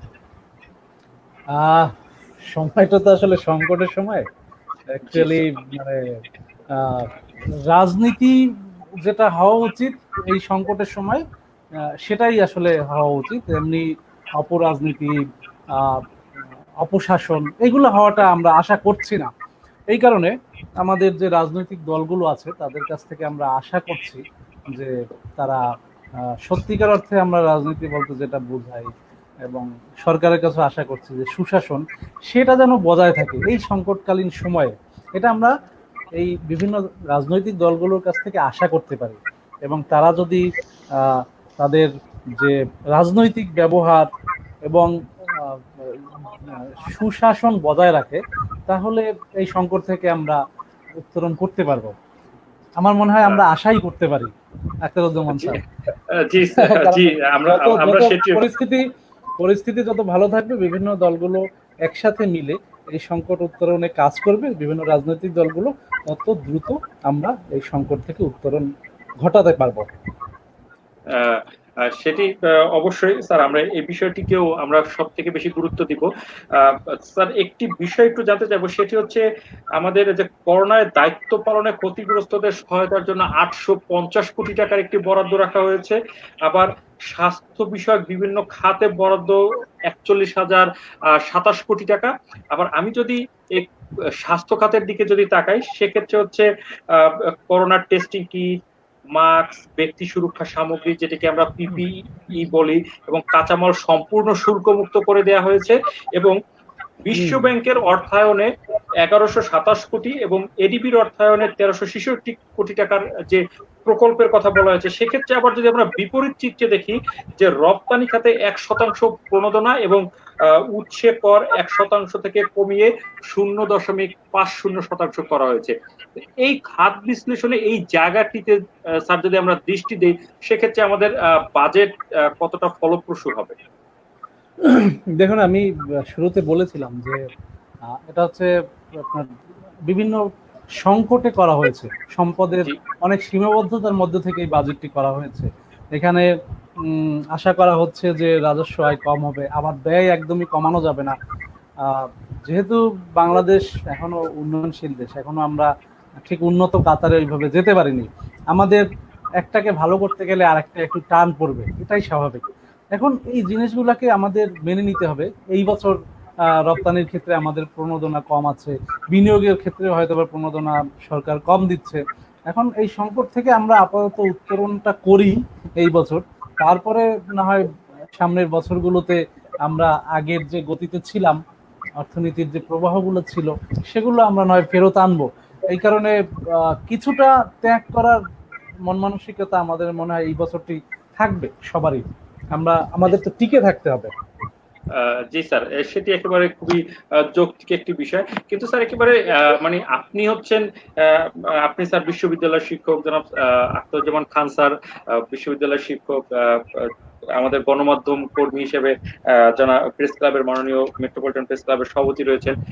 সেক্ষেত্রে খুব একটি বিষয় কিন্তু স্যার খুব ফলাও করে এসছে, সেটি হচ্ছে মোবাইল ফোনের কথা বলার যে ব্যয় সেটি বাড়ানো হয়েছে, এবং ইন্টারনেট সেবায় যেটি রয়েছে সেই ইন্টারনেটের মূল্য বৃদ্ধি করা হয়েছে। এই কোভিড এর সময়টিতে আমরা যেটি দেখেছি যে আমাদের অনলাইন শিক্ষা কার্যক্রম বা অনলাইন প্ল্যাটফর্মকে ঘিরে আমাদের অর্থনীতি ঘুরে দাঁড়ানোর একটি প্রচেষ্টা কিন্তু আমরা দেখতে পাচ্ছি। এবং আমরা যদি বলি যে বিভিন্ন বেসরকারি বিশ্ববিদ্যালয় অলরেডি ক্লাস চালু করে দিয়েছে, এবং পাবলিক বিশ্ববিদ্যালয়গুলো পরীক্ষামূলকভাবে চালু করার একটা প্রয়াস রয়েছে। আমরা জানি না এই কোভিড চলাকালীন সময়টি কি থাকবে। আমাদের শিক্ষার্থীদের বা আমাদের পরবর্তী প্রজন্মকে আমাদেরকে মানসিকভাবে চাঙ্গা রাখতে হবে, এবং শিক্ষকের সংস্পর্শে যত সময়টি শিক্ষার্থী থাকবে ততটাই সে অনুপ্রাণিত হবে। এই সময়টিতে স্যার আপনি এটা কিভাবে মূল্যায়ন করেন, বা এর পেছনে কি আক্ষরিক অর্থেই মূল্য বৃদ্ধি হয়েছে কিনা, যদি হয়ে থাকে সেটি কমানোর জন্য আপনি কোনো দাবি করবেন কিনা? না, কারণ মোবাইল কল রেট যেটা, মানে কলের যে সেবা, সেটার ক্ষেত্রে আমরা কিন্তু বাঙালিরা আমাদের একটু টেন্ডেন্সি আছে একটু বেশি কথা বলার, অনেক ক্ষেত্রে অপ্রয়োজনে আমরা কথা বলি। তা আমার মনে হয় যে এই ক্ষেত্রে কল রেটের ক্ষেত্রে যে ট্যাক্সটা একটু বেড়েছে সেটা ঠিক আছে, কিন্তু ইন্টারনেট সেবার যে শুল্কটা ধরা হয়েছে আমি সেটা কমানোর ব্যাপারে হয়তো বা আশা করতে পারি সেটা কমুক। কারণ এই সময়টা আমাদের শিক্ষা খাতটাও প্রায় এই 3 মাস যাবৎ প্রায় স্থবির হয়ে গিয়েছে। স্কুল, কলেজ, বিশ্ববিদ্যালয় প্রত্যেকটা ক্ষেত্রেই আপনার শিক্ষা কার্যক্রম স্থবির, না ক্লাস না পরীক্ষা হচ্ছে। এই ক্ষেত্রে অনলাইন ভিত্তিক কার্যক্রমের দিকে আমাদের যেতে হবে। সেক্ষেত্রে প্রযুক্তিগত খাতে, বিশেষ করে ইন্টারনেটের ক্ষেত্রে সহজে যাতে আমরা ইন্টারনেট অ্যাক্সেস করতে পারি এবং উচ্চ গতিসম্পন্ন ইন্টারনেট আমরা পেতে পারি, সেই ক্ষেত্রে সরকারের আরেকবার ভেবে দেখা উচিত। এবং সেক্ষেত্রে ইন্টারনেট সেবার গতিটাও যেমন বাড়ানো উচিত, সেই সাথে সাথে এর যে এর মূল্যের উপরে যে ট্যাক্সটা বসানো হয়েছে সেটা আমার মনে হয় আরেকটু রিকনসিডার করা উচিত সরকারের। এছাড়া মোবাইল কল রেটের ক্ষেত্রে যেটা আছে সেটা আমি মনে করি ঠিক আছে, কারণ এটা ঠিক আছে। শুভ, আমি স্যারের সাথে একটু যোগ করতে চাচ্ছিলাম এই ক্ষেত্রে। আমি একটু দ্বিমত পোষণ করতেছিলাম এই জন্যে যে এদেশে শুল্ক দেওয়ার মতো অনেক খাত রয়েছে। মোবাইল কিন্তু আজ একটি বিলাসী দ্রব্য না, মোবাইল কিন্তু একটা অতি প্রয়োজনীয় জিনিস। প্রান্তিক জনগোষ্ঠী কিন্তু এটা ব্যবহার করে। প্রান্তিক জনগোষ্ঠী যেহেতু ব্যবহার করে, 10 থেকে সম্পর্ক শুল্ক 15 করার ফলে এটা 27.25% থেকে বৃদ্ধি করে 33.25 করা হয়েছে। অর্থাৎ 100 টাকা, আমরা যদি স্বল্প বুদ্ধিতে বুঝি, 100 টাকা রিসার্চ করলে গভর্নমেন্টের ঘরে 25 টাকা চলে যাবে। এইটা কিন্তু সাধারণ মানুষ যে ব্যবহার করবে, রিক্সাওয়ালা ব্যবহার করলে, একজন মানে কৃষি শ্রমিক ব্যবহার করলে যেটা হবে, আপনি, আমি এবং একজন শিল্পপতি ব্যবহার করলে সেইটা হবে। কিন্তু এই রেটটা এইখানে সেই স্থিতি অবস্থায় রেখে আগে যেটা দেওয়ার অভ্যাস ছিল, সেই অভ্যাসটা রাখার পরে আমরা যদি কিচ্ছতা সাধন করতাম, অন্য কোনো খাতের উপর যদি যারা গবেষক, যারা বিশেষজ্ঞ, তারা হয়তো ভালো জানবেন, সেই সব খাতে যদি দেওয়া হতো। আর এতে করে কি একটা জিনিস হবে, যারা এই এমবি কেন্দ্রে স্যার যে কথা বলছিলেন, যে যখনই আপনি নেটওয়ার্কের আওতায় নিয়ে আসবেন, তখন সব শিক্ষার্থী কিন্তু শহরের শিক্ষার্থী না, গ্রামীণ জনপদের যে শিক্ষার্থীরা রয়েছে তাদের সুবিধাটা কি হবে? তাহলে তাদেরকে কি আলাদাভাবে কিছু দেওয়া হবে? আমি একটা বাংলা ভাষা বুঝি যে এই ইন্টারনেট আর মোবাইল কিন্তু বাতাস বেচা টাকা। এই কারণে যে একবার সেট হয়ে গেলে সারা জীবনের জন্য চলে। এই বাতাস বেচা টাকার উপর ভিত্তি করে জনগণকে শোষণ না করে অন্য কোনো মাধ্যমে অন্য কোনো কিছু করা যেত কিনা, বা তারা কতটা দেয় আমাদের, সে বিষয়গুলো কিন্তু দেখার দরকার আছে বলে আমি মনে করি। অর্থাৎ গভীর মনিটরিং এর ব্যাপার। আজাদ ভাই, এখানে কিন্তু আমাদের আগে কিন্তু 100 টাকায় সরকার এই শুল্ক কিনে নিত 22 টাকা, এখন 22 টাকা থেকে মাত্র 3 টাকা বাড়িয়ে কিন্তু 25 টাকা করা হয়েছে। সেই 3 টাকা যদি আমার মাসে আমি 4-5 বার যদি ভরি, তাহলে আমার উপরে যে চাপটা পড়ে, নিশ্চয়ই আমি 4টা ডিম কিনতে পারবো। আমার আগে যে রিক্সা যে চলতো, এখন সে রিক্সা চলবে কিনা আমি জানি না, একজন ইট শ্রমিকের ইটের কাজ হচ্ছে কিনা। অর্থাৎ এই যে কর্মহীনতার সৃষ্টি হবে, সেই জায়গাটা পূরণ করার জন্য সরকার যেমন চেষ্টা করতেছে, তেমন অন্য অন্য খাত থেকেও বুঝতে হবে যে আর কোথায় কি কোনটুকু করা যেত। জি স্যার, আমরা হচ্ছে যে বিষয়টি একটু স্যার একটা বিষয় একটু কথা বলবো, সেটি হচ্ছে আমাদের মোবাইল সেবার মানটি কতটুকু বেড়েছে বা আমাদের প্রযুক্তিগতভাবে কতটুকু উন্নয়ন ঘটেছে। যে আমরা 4G কথা বলি, 5G কথা বলি, এবং হচ্ছে বিভিন্ন সময় আমরা দেখছি যে তাদের কর ফাঁকি দেওয়ার একটা প্রবণতা খুব বেশি থাকে মোবাইল কোম্পানিগুলোর। সেটা তো আদালত পর্যন্ত গড়া হয়েছে। সে কিন্তু একেবারে সর্বোচ্চ আদালত থেকে তাদেরকে বলা হয়েছে যে তোমরা এই টাকা দাও, এই টাকা দাও, এমন ভাবে দাও, সেইভাবে দাও। এই যে সেবার কথা, কাগজে যদি বিজ্ঞাপনে 5G লিখে দেয়, কিচ্ছু যায় আসে না, আপনার তো কল ড্রপ হয়ে গেল, তাহলে তাদের তো এগুলো মনিটরিং করার ব্যাপার। যারা মনিটরিং করে তাদের সাথে তাদের সক্ষমতা কতদূর, তারা কি করতেছে, এগুলো কিন্তু গভীরভাবে দেখা দরকার।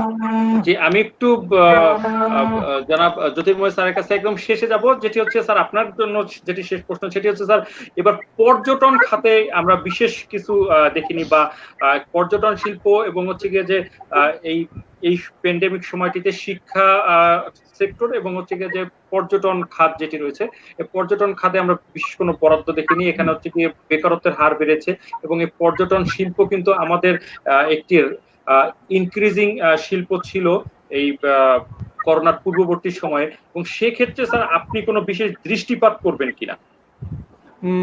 না, এই মুহূর্তে আমি পর্যটন খাতের প্রতি ওইভাবে দৃষ্টি নিক্ষেপ করতে চাই না। যেমন স্যারও আছেন, আপনি একমত হবেন কিনা জানি না। লাস্ট 3 মাসে আমি তো অ্যাকচুয়ালি কোনো পর্যটন স্পটে যাইনি, এবং অ্যাকচুয়ালি যাওয়ার চিন্তাও করতে পারিনি, এবং সামনের 6 মাসেও আমি কোনো পর্যটন স্পটে যাব কিনা সে ব্যাপারে আমার যথেষ্ট সন্দেহ আছে। কাজেই আমাদের এই মুহূর্তে মানে বারবার যে কথাটা আমার মাথার মধ্যে আসে সেটা হচ্ছে টিকে থাকতে হবে আমাদের। এখন এই মুহূর্তে ধরেন কতখানি ঘোরাঘুরির প্রতি মানুষ আগ্রহী হবে আমি ঠিক জানি না। মানুষ যদিও ঘুরতে গেলে হয়তো বা আশেপাশের যে পার্ক আছে অথবা গ্রামে যারা আছে একটু রাস্তাঘাটে বের হয়, এর বেশি মানুষজন মনে হয় চিন্তা করছে না। এবং এই বছরে আদৌ কোথাও দূরে কোনো ভালো পর্যটন স্পটে মানুষ ঘুরতে যাবে কিনা এই ব্যাপারে আসলে চিন্তার অবকাশ থাকে। স্যার আমি যে বিষয়টি বলেছিলাম সেটি হচ্ছে স্যার যে এখানে যে বেকারত্বের হার বেড়েছে, অনেক দেশীয় অনেক ইনভেস্ট ছিল, তারা প্রায় পথে বসতে চলেছে, মানে তাদের জন্য কোনো প্রণোদনা থাকবে কিনা, তাদের প্রণোদনা বলতে ওই যে সামাজিক সুরক্ষা খাতে যে আগে যে পোর্শনটা ছিল সেটা এবার বাড়ানো হয়েছে, এবং আমি বলেছিলাম যে এটার চেয়েও হয়তো বা পরবর্তীতে বিভিন্ন খাতে পরবর্তী ক্ষেত্রে আরো বেশি করে বেকারত্ব বাড়তে পারে। বিভিন্ন জায়গায় অনেক কোম্পানির ক্ষেত্রে কর্মী ছাঁটাই হতে পারে, মেগা প্রকল্পগুলো অনেক ক্ষেত্রে নানান জায়গায় শুরু হয়ে গেছে কর্মী ছাঁটাই হচ্ছে। অনেক মেগা প্রকল্প থেকে অর্থ বরাদ্দ কমে যাওয়ার কারণে সেখানে থেকে কর্মী ছাঁটাই হতে পারে। আরো সামনে এই অবস্থা যদি সাস্টেন করে এই পরিস্থিতি, তাহলে বেকারত্বের হার আরো বাড়তে পারে। তো সব মিলে সব চিন্তা করে সরকার হয়তো বা সামাজিক সুরক্ষা খাতে বরাদ্দ এবার আগের বারের চেয়ে অনেক বেশি রেখেছে, তবে আমি মনে করি যে সেটা আরো বাড়ানো লাগতে পারে সার্বিক বিবেচনায়। সবকিছু নির্ভর করছে পরিস্থিতি কোন দিকে যাচ্ছে তার উপরে। জি, ধন্যবাদ স্যার আপনাকে। আমরা মনে হয় আপনার কাছ থেকে একটু বেশি সময় নিয়ে ফেলেছি। স্যার আমরা হচ্ছে গিয়ে যে যেহেতু আপনার একটু বিশ্বাস স্যার এই অধিবেশনে সবটাই থেকে যায়, আমাদের আলোচনাগুলো আরো শেষ পর্যন্ত খুব শুধু আপনার আলোচনা তো আর কত সময় হতে পারে স্যার, সবসময় থাকুন, অসুবিধা না।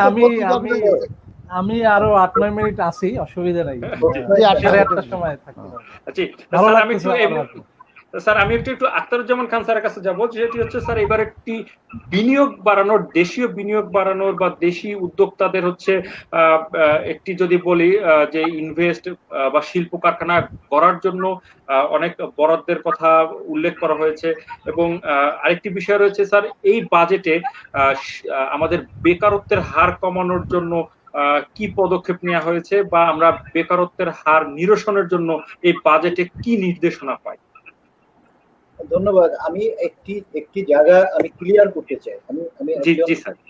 একটি জায়গা আমি অত্যন্ত আমি একটি জায়গা ক্লিয়ার করতে চাই, সেটি হচ্ছে যে ট্যাক্স নিয়ে কথাটা, জি জি স্যার। ট্যাক্সের বিষয়টা আজকে মানে একটা প্র্যাকটিস কর সংস্কৃতিটার বিষয়, কিন্তু মানুষ বাজেট বলতেই কেন মানুষ ট্যাক্সের কথাটা বুঝবে, এই জায়গাটা থেকে আজকে এই আলোচনার মধ্য থেকে আমি যারা শুনছেন তাদেরকে একটু বলছি যে বাজেট মানিয়ে হলো কর আরোপ করা, এই কথাটি কেন আমরা নেই, আমি কতটুকু ট্যাক্স নেটের মধ্যে আছি, এই কথাটাকে কেন আমি বিবেচনা করি না।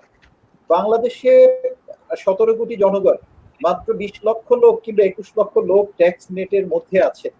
Can you imagine it? Even সাবকন্টিনেন্টের ভিতরে সবচেয়ে জিডিপি এবং রেভিনিউর যে রেশিও, তাতে আমরা সবচেয়ে লোয়েস্ট রেশিওতে আছি। তো আমাদের এই যে 18 কোটি জনগণের মধ্যে মাত্র 20 লাখ লোক ট্যাক্স দেবে, এইটা হলে আর একদিকে আমি ট্যাক্স নেটের ভিতরে থাকবো না, আমি কর ফাঁকি দেব, আমি কর বাড়লেই রিয়াক্ট করব, আর একদিকে আমি শুধু রাষ্ট্রের কাছে শুধু চাইবো যে আমাকে আমাকে দেন, আমি শিক্ষায় চাই, স্বাস্থ্যে চাই, আমি অবকাঠামো চাই, কর্মসৃজনে চাই, আমি ভর্তুকি চাই, আমি প্রণোদনা চাই। এই জায়গাটিকে কিন্তু আজকে মানুষের মধ্যে একটা সচেতনতার জায়গা নির্মাণ করতে হবে। আমি এই প্রশ্নগুলো আমি সব দেখছি, আমি সেই প্রশ্নের ক্রমান্বয়ে আসবো। তো আমি প্রথমে দিয়ে জনগণকে বা আমার যারা ভিউয়ার্স আছেন তাদেরকে বলি যে কর সংস্কৃতির মধ্যে যদি নিজেকে অঙ্গীভূত না করতে পারি, তাহলে দেশ উন্নয়নের ভাবনা কিন্তু আমরা করতে পারবো না। সুতরাং এখন আমার প্রশ্নটি হচ্ছে যে এই বাজেটটাকে আমরা বলেছি সংকটকালীন বাজেট, কিংবা সরকারও বলছেন যে এটা বেরিয়ে আসার একটি বাজেট, অতিক্রম মানে আমরা কি করে বেরিয়ে আসতে পারি। এখন সেই জায়গাতে চ্যালেঞ্জ যে জায়গাটা আসছে, যে সেটা রেভিনিউ কালেকশনের চ্যালেঞ্জ। কারণ আমরা যে প্রশ্ন আসছে যে যেটা জ্যোতির্ময় বিশ্বাস বলেছেন যে আমরা দেখা যাবে যে আমাদের অনেক অঙ্ক পরিসংখ্যানগত ভাবে, আমি প্রথম একটা বিশ্লেষণ দেই যে আমার মাননীয় অর্থমন্ত্রী যদি বলতেন যে আমরা আমরা খুশি হতাম কি, যে মাননীয় অর্থমন্ত্রী যদি বলতেন যে আগামী বছর প্রবৃদ্ধি হবে 4.2, তাহলে কি আমরা প্লিজ হতাম। যদি এই এই এই মেসেজটা যদি বলা হতো যে আগামী অর্থ বছরে আমাদের প্রবৃদ্ধি হবে 4.2 কিংবা 3.2 কিংবা 5.2, তাহলে জন একটা মানে আমি বলবো যে মাস ফ্রাস্ট্রেশনের একটা জায়গা নির্মাণ হতো। তাহলে বিনিয়োগকারী বলি আর ভোক্তা বলি আর উৎপাদনকারী বলি, সবাই কিন্তু একটা ফ্রাস্ট্রেশনের মধ্যে দিয়ে যেত। আমি যে একটা কথা বলি যে বাংলাদেশের ইন্টারনাল ডিমান্ড মেকানিজমটাকে ডেভেলপ করতে হবে। এই জন্য যে ওই যে সরকার যে 4 নম্বর যে অগ্রাধিকার কৌশল করেছে যে তারল্যটাকে স্ট্রংলি মানি সার্কুলেশনটা ইকোনমিতে কন্টিনিউ রাখতে হবে। এই কন্টিনিউ করতে হলেই কিন্তু আমার প্রণোদনার মাধ্যমে অর্থ দিতে হবে ইকোনমিতে, আমি নগদ অর্থ সহায়তা দিতে হবে, ভর্তুকি দিয়ে ভাতা দিতে হবে, আমার মানে ইয়েতে বিভিন্ন খাত ভিত্তিক বরাদ্দ দিতে হবে। চ্যালেঞ্জ যে জায়গাটা রেভিনিউ কালেকশনের, যে স্থগিত সব জায়গায় 74% অফ দ্য পপুলেশন তাদের আয় কমেছে। আমি 14 লক্ষ লোক মানে বাজেটেই বলেছেন মানে অর্থমন্ত্রী 14 লক্ষ লোক কাজ হারিয়েছেন। বিদেশি যারা আছেন তাদের মধ্যে প্রচুর লোক দেশে চলে এসেছেন, বিদেশি রেমিটেন্সে তারা দেশে যেটা পাঠাতে, যদিও এখন আছে অতীতেরটা কন্টিনিউ করছে বলে এখনো অতটা ঘাটতি হয়নি। এই সার্বিক অবস্থায় আমাদের রেভিনিউ কালেকশনের দিকে কিন্তু স্ট্রংলি কর নেট বাড়াতে হবে। করের মধ্যে অনেক অবস্থাপন্ন লোক আছে, অনেক মানুষ আছে যারা আমরা কর ফাঁকি দেই। আমি বিত্তবান লোকদের কথাই বলছি, আমাদের সমান্তরালে যারা বসবাস করছি। আমি জবাবদিহিতার জায়গায় আসি না কেন, যে শুধু বাজেট বলি যে কথায় আমি বলি যে বাতাস বিক্রির টাকা, কিন্তু আমি এ কথা বলি না কেন যে আমার রিটার্নটা যখন দাখিল করি তখন কি আমি স্বচ্ছতার সাথে জবাবদিহিতার সাথে আমার প্রত্যেকটা আয়কে আমি ক্যালকুলেট করে কি আমি রিটার্নটা দাখিল করি, সেইটা করি না কেন, এই জবাবদিহিতা আত্মজবাবদিহিতার জায়গায় আমরা থাকি না কেন। তাহলেই তো দেখা যাবে যে আমরা আমরা আমরা দেখছি যে আমরা তাদের রেভিনিউ বেড়ে যাবে যদি আমরা সবাই কালো টাকা শুধু বলা হয় যে আমি খুব আত্মতৃপ্তিতে ভুগি যে আমার বোধহয় কালো টাকা নেই, কিন্তু আমার আমার বা আমার সমান্তরাল যারা আছি আমরা আমরা আমার প্রত্যেকটি অর্থ কি আমি রিটার্নে দেখাই? আমার প্রশ্নটা ছুড়ে দিলাম। আমি আমি যে খাত থেকে ব্যবসা খাত থেকে বলি, আমি আয়ের খাত থেকে বলি, আমি অন্যান্য আমার সরকারি আয়ের বাদে বাইরে যে ইনকাম গুলো আছে সবগুলো কি আমি রিটার্নে দেখাই? সেটা কিন্তু আমরা দেখাই না, অপদর্শিত অর্থ থেকে যাচ্ছে। এবার বাজেট চ্যালেঞ্জের আমি এটা জ্যোতির্ময় বিশ্বাস আপনার কাছেও বলবো যে যে চ্যালেঞ্জের কথা আপনি বলেছেন, আপনাকে আমাকে চ্যালেঞ্জ, আমরা যেহেতু চিন্তা করি বা এই বিষয়ে কথা বলতে চাই, আমরা কিছু প্রেডিকশনের সাথে সাথে আমাদেরকে কিছু প্রেসক্রিপশনও করতে হবে, প্রেসক্রিপশন দিতে হবে যে আমরা কি করতে পারি। তো আমরা আমি যে কথাটি সরকারের বাজেটে বলেছেন যে 10% দিয়ে অপদর্শিত অর্থকে মেইন স্ট্রিমিং মোর দেন প্রায় মানে 2 টাইমস, আর এখন জিডিপির প্রায় 2 টাইমস অর্থ কিন্তু ইকোনমিতে এখন ব্ল্যাক মানি হিসেবে, অপদর্শিত মানি হিসেবে আছে। রেভিনিউ কালেকশনের দিকে ঝুঁকি আছে, সেই ঝুঁকি মোকাবেলার ক্ষেত্রে কিন্তু আমার ওই মেকানিজমটাকে স্ট্রং করতেই হবে। একদিকে আপনি বলছেন যে ব্যাংকিং সেক্টর থেকে 1,09,000 কোটি টাকা ইন্টারনাল ফাইন্যান্সিং করা হবে, 1,90,000 কোটি টাকা যে ঘাটতি, সেই ঘাটতি থেকে 1,09,000 টাকা ইন্টারনাল ফাইন্যান্সিং করতে হবে, সেখানে 84,950 কোটি টাকা সেখানে ব্যাংকিং সেক্টর থেকে নেওয়া হবে, সিস্টেম থেকে নেওয়া হবে। ব্যাংকিং সেক্টর বলছেন যে ঝুঁকির মধ্যে আছে, তাহলে আপনি রেভিনিউ কালেকশনের মধ্যে চ্যালেঞ্জের মুখে, আপনি ব্যাংকিং সেক্টর থেকে নিতে পারবেন না, বেসরকারি বিনিয়োগকারী ক্ষতিগ্রস্ত হবে। প্রেসক্রিপশনটা কি দিবেন? কথার উপরে বাজেট বসানো মানে কর বসানো যাবে না, ইন্টারনেটের উপরে বসানো যাবে। আমি আমি আমি ডিফার করছি না,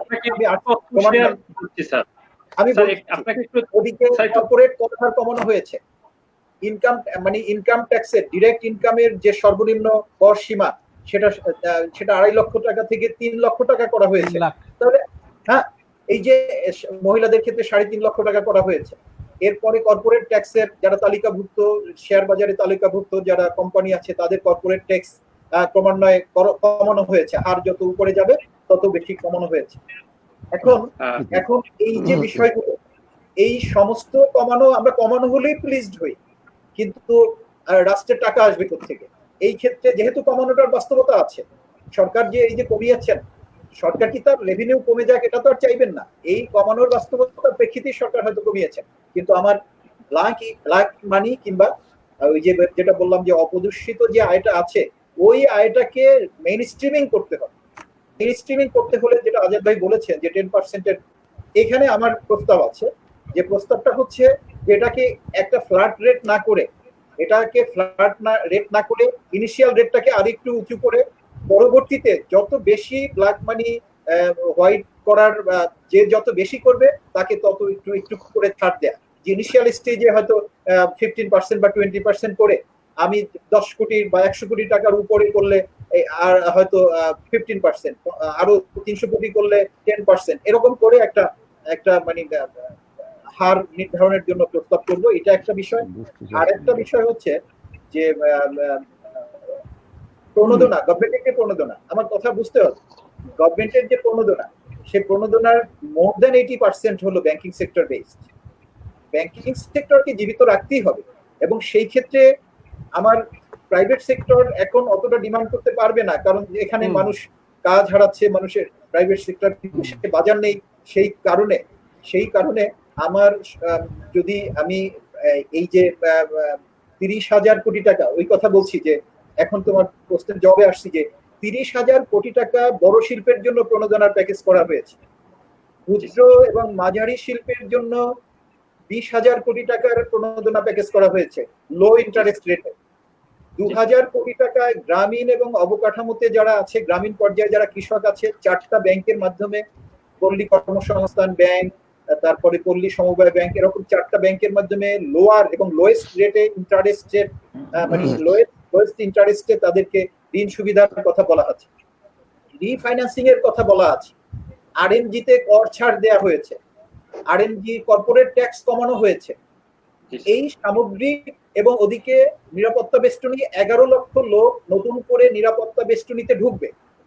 সামাজিক নিরাপত্তা বেষ্টনীতে আগামী অর্থ বছরে মানুষের মানে ভোগ চাহিদাকে, মানে ভোগের মেকানিজমটাকে রানিং রাখার জন্য 11 লক্ষ নতুন ভালনারেবল লোক যারা স্বাস্থ্য ঝুঁকি এবং জীবিকার ঝুঁকিতে আছে সেরকম vulnerable proportion of the people they will be included in the social safety net এর মধ্যে ঢুকবে।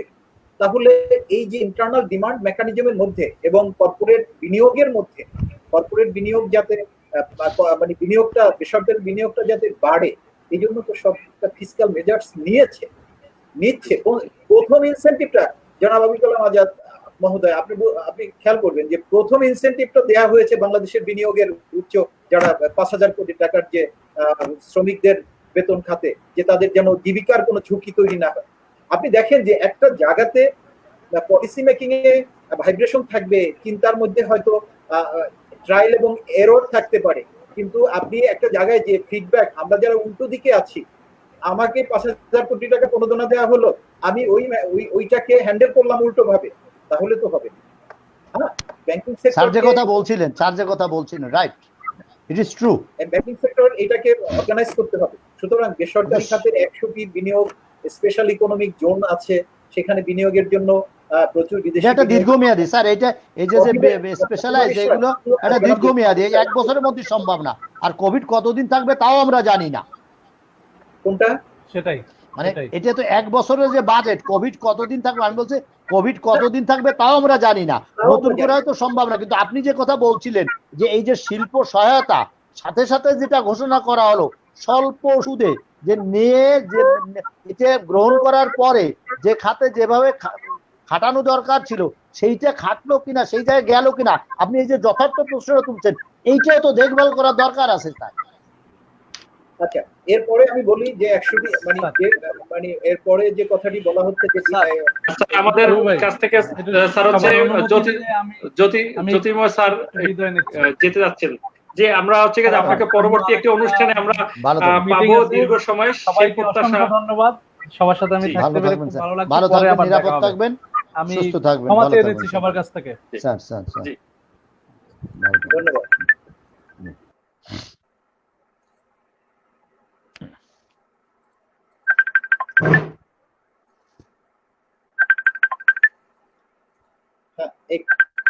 একটি কথা এসছে, একটি প্রশ্ন এসছে আজাদ ভাই, যে আমি শুভ, একটি প্রশ্ন এসছে যেটা যে বিদেশের ঋণ কাঠামোর অবস্থাটা কি। বিদেশ থেকে আমরা যেখানে গতবারে 67,000 কোটি টাকা পেয়েছি, এবারে আমরা 92,000 কোটি টাকা ধরেছি। এখানে দুটো বিষয় আছে, একটা হলো ডোনর অর্গানাইজেশন, আরেকগুলো হলো ডোনর কান্ট্রিজ। আমরা এই মুহূর্তে কিন্তু অনেক IMF, ওয়ার্ল্ড ব্যাংক এবং এডিবি, এই ডোনার অর্গানাইজেশন গুলো কোভিড কে ঘিরে তাদের কিন্তু ঋণ প্ল্যানটা কিন্তু অলরেডি সাজিয়েছে, এবং সেখানে কিন্তু একটা ঋণের একটা ভালো সম্ভাবনাটা তৈরি আছে। তো সেই ক্ষেত্রে ওই যে আমরা কোনো ডোনার কান্ট্রিজ এর কাছে এখন যাব না, আমরা যাব ডোনার এজেন্সি গুলো যারা আছে, ডোনার অর্গানাইজেশন গুলো যারা আছে। সেই ক্ষেত্রে আমার একটি প্রস্তাবনা আছে, আমি শুধু সমস্যার কথা বলতে চাই না, আমি প্রস্তাবনার কথা বলতে চাই, যে আমাদের এখন ইকোনমিক ডিপ্লোমেসিটা, হ্যাঁ, এইটাকে খুব স্ট্রংলি সারা বিশ্বে আমার এটা করতে হবে। অর্থনৈতিক কূটনীতিটাকে, বিশেষ করে বিদেশি বাজার খোঁজা এবং বিদেশি সাহায্য খোঁজা, এই দুটোর ক্ষেত্রে এখন স্ট্রংলি কিন্তু দেশের অর্থনীতিকে টিকিয়ে রাখতে হলে আমার এই জায়গাটাকে ক্রমান্বয়ে মানে পলিসি মেক করে তারপরে এগোতে হবে। ধন্যবাদ।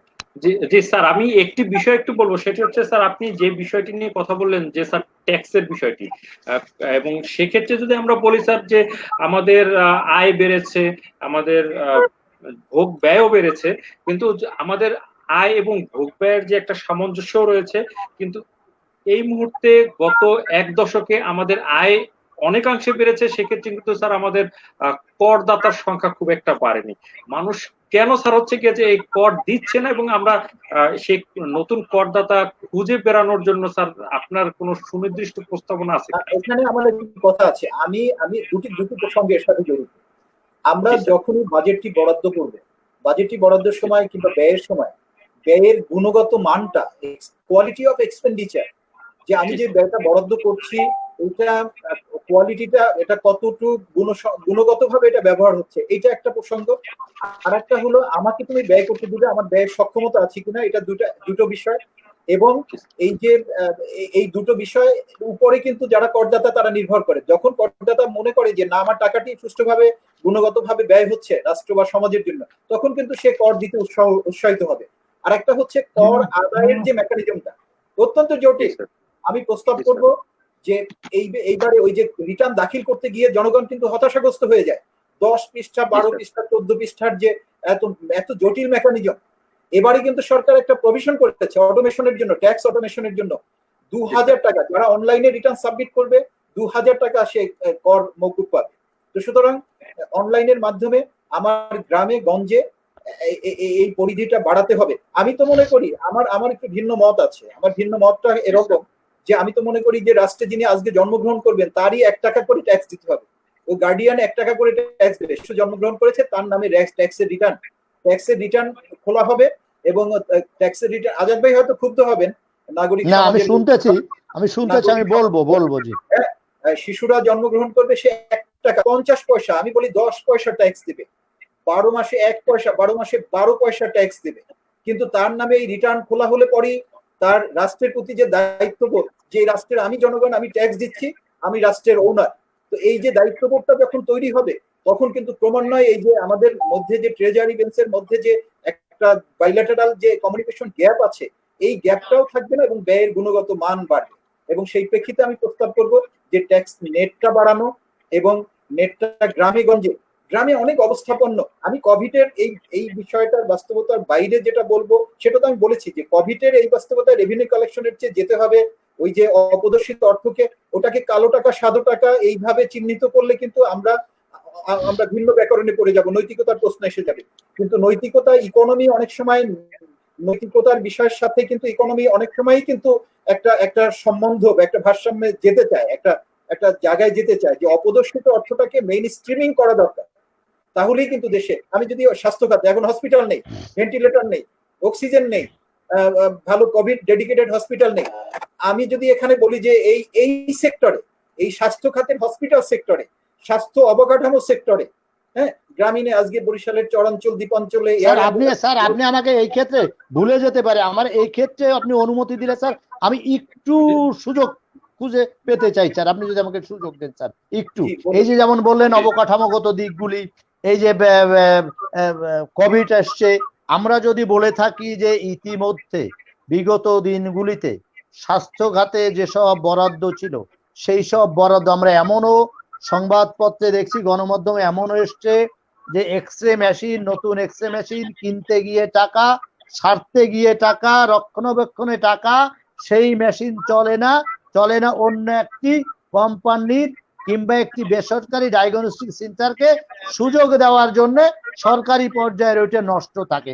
এই যে আমার লোকসানটা, এটা বাংলা একটা কথা আছে যে গুনতি জানি না কম পড়লে টের পাই, এই মুদ্রা কথা কিন্তু জনগণ টের পায় যে কোত্থেকে কি হচ্ছে, তার সাজার মেয়াদটা কি হচ্ছে, ফাইলের পর ফাইল চলে, ওই লোক প্রমোশন পেয়ে যায় কিন্তু ওর আর কোনো খোঁজ থাকে না। এই যে আপনি বললেন আমার ট্রেডিশন, আমার অবশ্যই এদেশের সাধারণ মানুষ, যেমন আমার এনআইডি কে রূপান্তরিত করা যেতে পারে আমার ট্যাক্স আইডেন্টিফিকেশন, আমার ট্যাক্স আইডেন্টিফিকেশন থাকলে আমার সদ্যজাত সন্তান আজকে সে কিন্তু ঋণের ভার নিয়ে জন্মগ্রহণ করতেছে, তারপরেও আপনার প্রস্তাবটা ভালো যে এই ঋণের ভার নিয়ে হলেও আমি 10টা পয়সা আমার ছেলের নামে রাষ্ট্রকে দেব।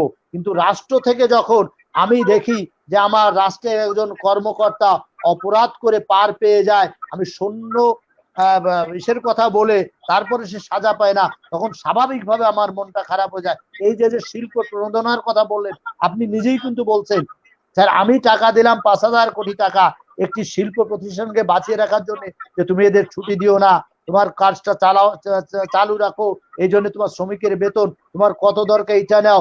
বিগত 10 বছর তার প্রতিষ্ঠান, সে কিন্তু এই 10 বছরে অনেক কিছু রোজগার করেছে, সে কিন্তু দেউলিয়া ঘোষণা করেনি। একদিকে কিন্তু সে অর্থনীতি তার নিজের সচল, সে কিন্তু সচ্ছল, তার ফ্যাক্টরি সচ্ছল ছিল।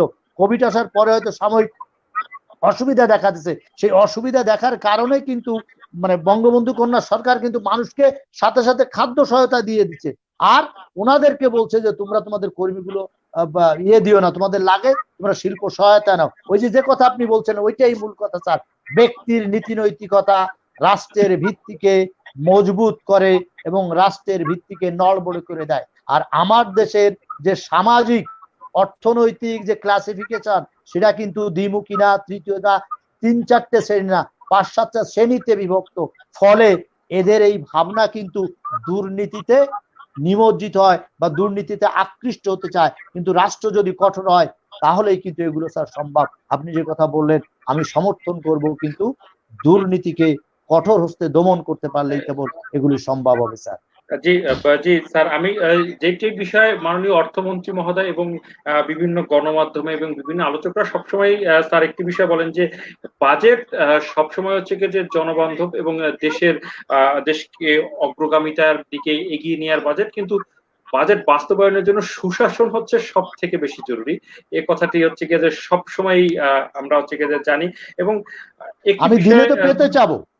জি জি জি স্যার, সেটি মূল বিষয়। কিন্তু একটি বিষয় কিন্তু স্যার আমাদের ঘুরে ফিরে এসেছে যে সামাজিক নিরাপত্তা খাত, সেটিকে স্যার সব থেকে বেশি গুরুত্ব দেওয়া হয়েছে। স্যার আপনি যেটি বললেন নতুন করে আমাদের সামাজিক নিরাপত্তা খাতে আমাদের হচ্ছে গিয়ে যে আমরা আওতা বাড়াচ্ছি, কিন্তু তার পরবর্তীতে কিন্তু কৃষি খাতকে স্যার দ্বিতীয় অগ্রাধিকারে নেওয়া হয়েছে এবং সামাজিক নিরাপত্তা খাতের সাথে অঙ্গাঙ্গি ভাবে কৃষি খাতটা স্যার জড়িত রয়েছে।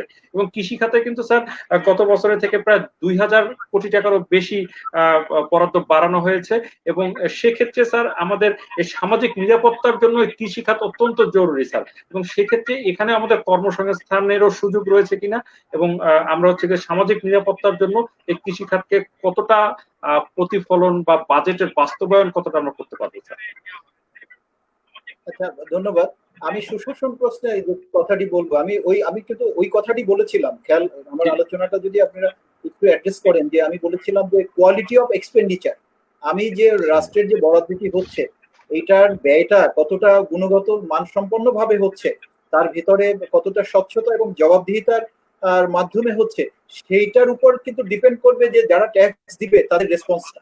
এই কথাটা কিন্তু আমি বলেছি। এবং সেই রেসপন্সিভনেসটা যে কথা আপনি বললেন, সরকার সেই অ্যাড্রেস করার প্রক্রিয়ার ভিতরে তো আছে। ব্যাংকিং সেক্টরের যে মানে যে বিষয়গুলো আছে, কিংবা এই যে ত্রাণ নিয়ে যে বিষয়গুলো হয়েছে সেগুলোকে তো অ্যাড্রেস করা হয়েছে এবং চলছে।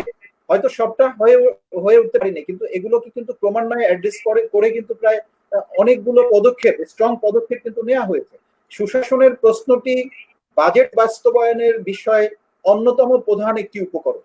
সুতরাং সুশাসন, এটা আমরাও দাবি করি যে ট্যাক্স যদি বাড়াতে হয়, ট্যাক্সের নেট যদি বাড়াতে হয়, তাহলে বাজেট বাস্তবায়ন যদি এনশিওর করতে হয়, রেভিনিউ কালেকশন যদি বাড়াতে হয়, তাহলে সুশাসন নিশ্চিত করতেই হবে।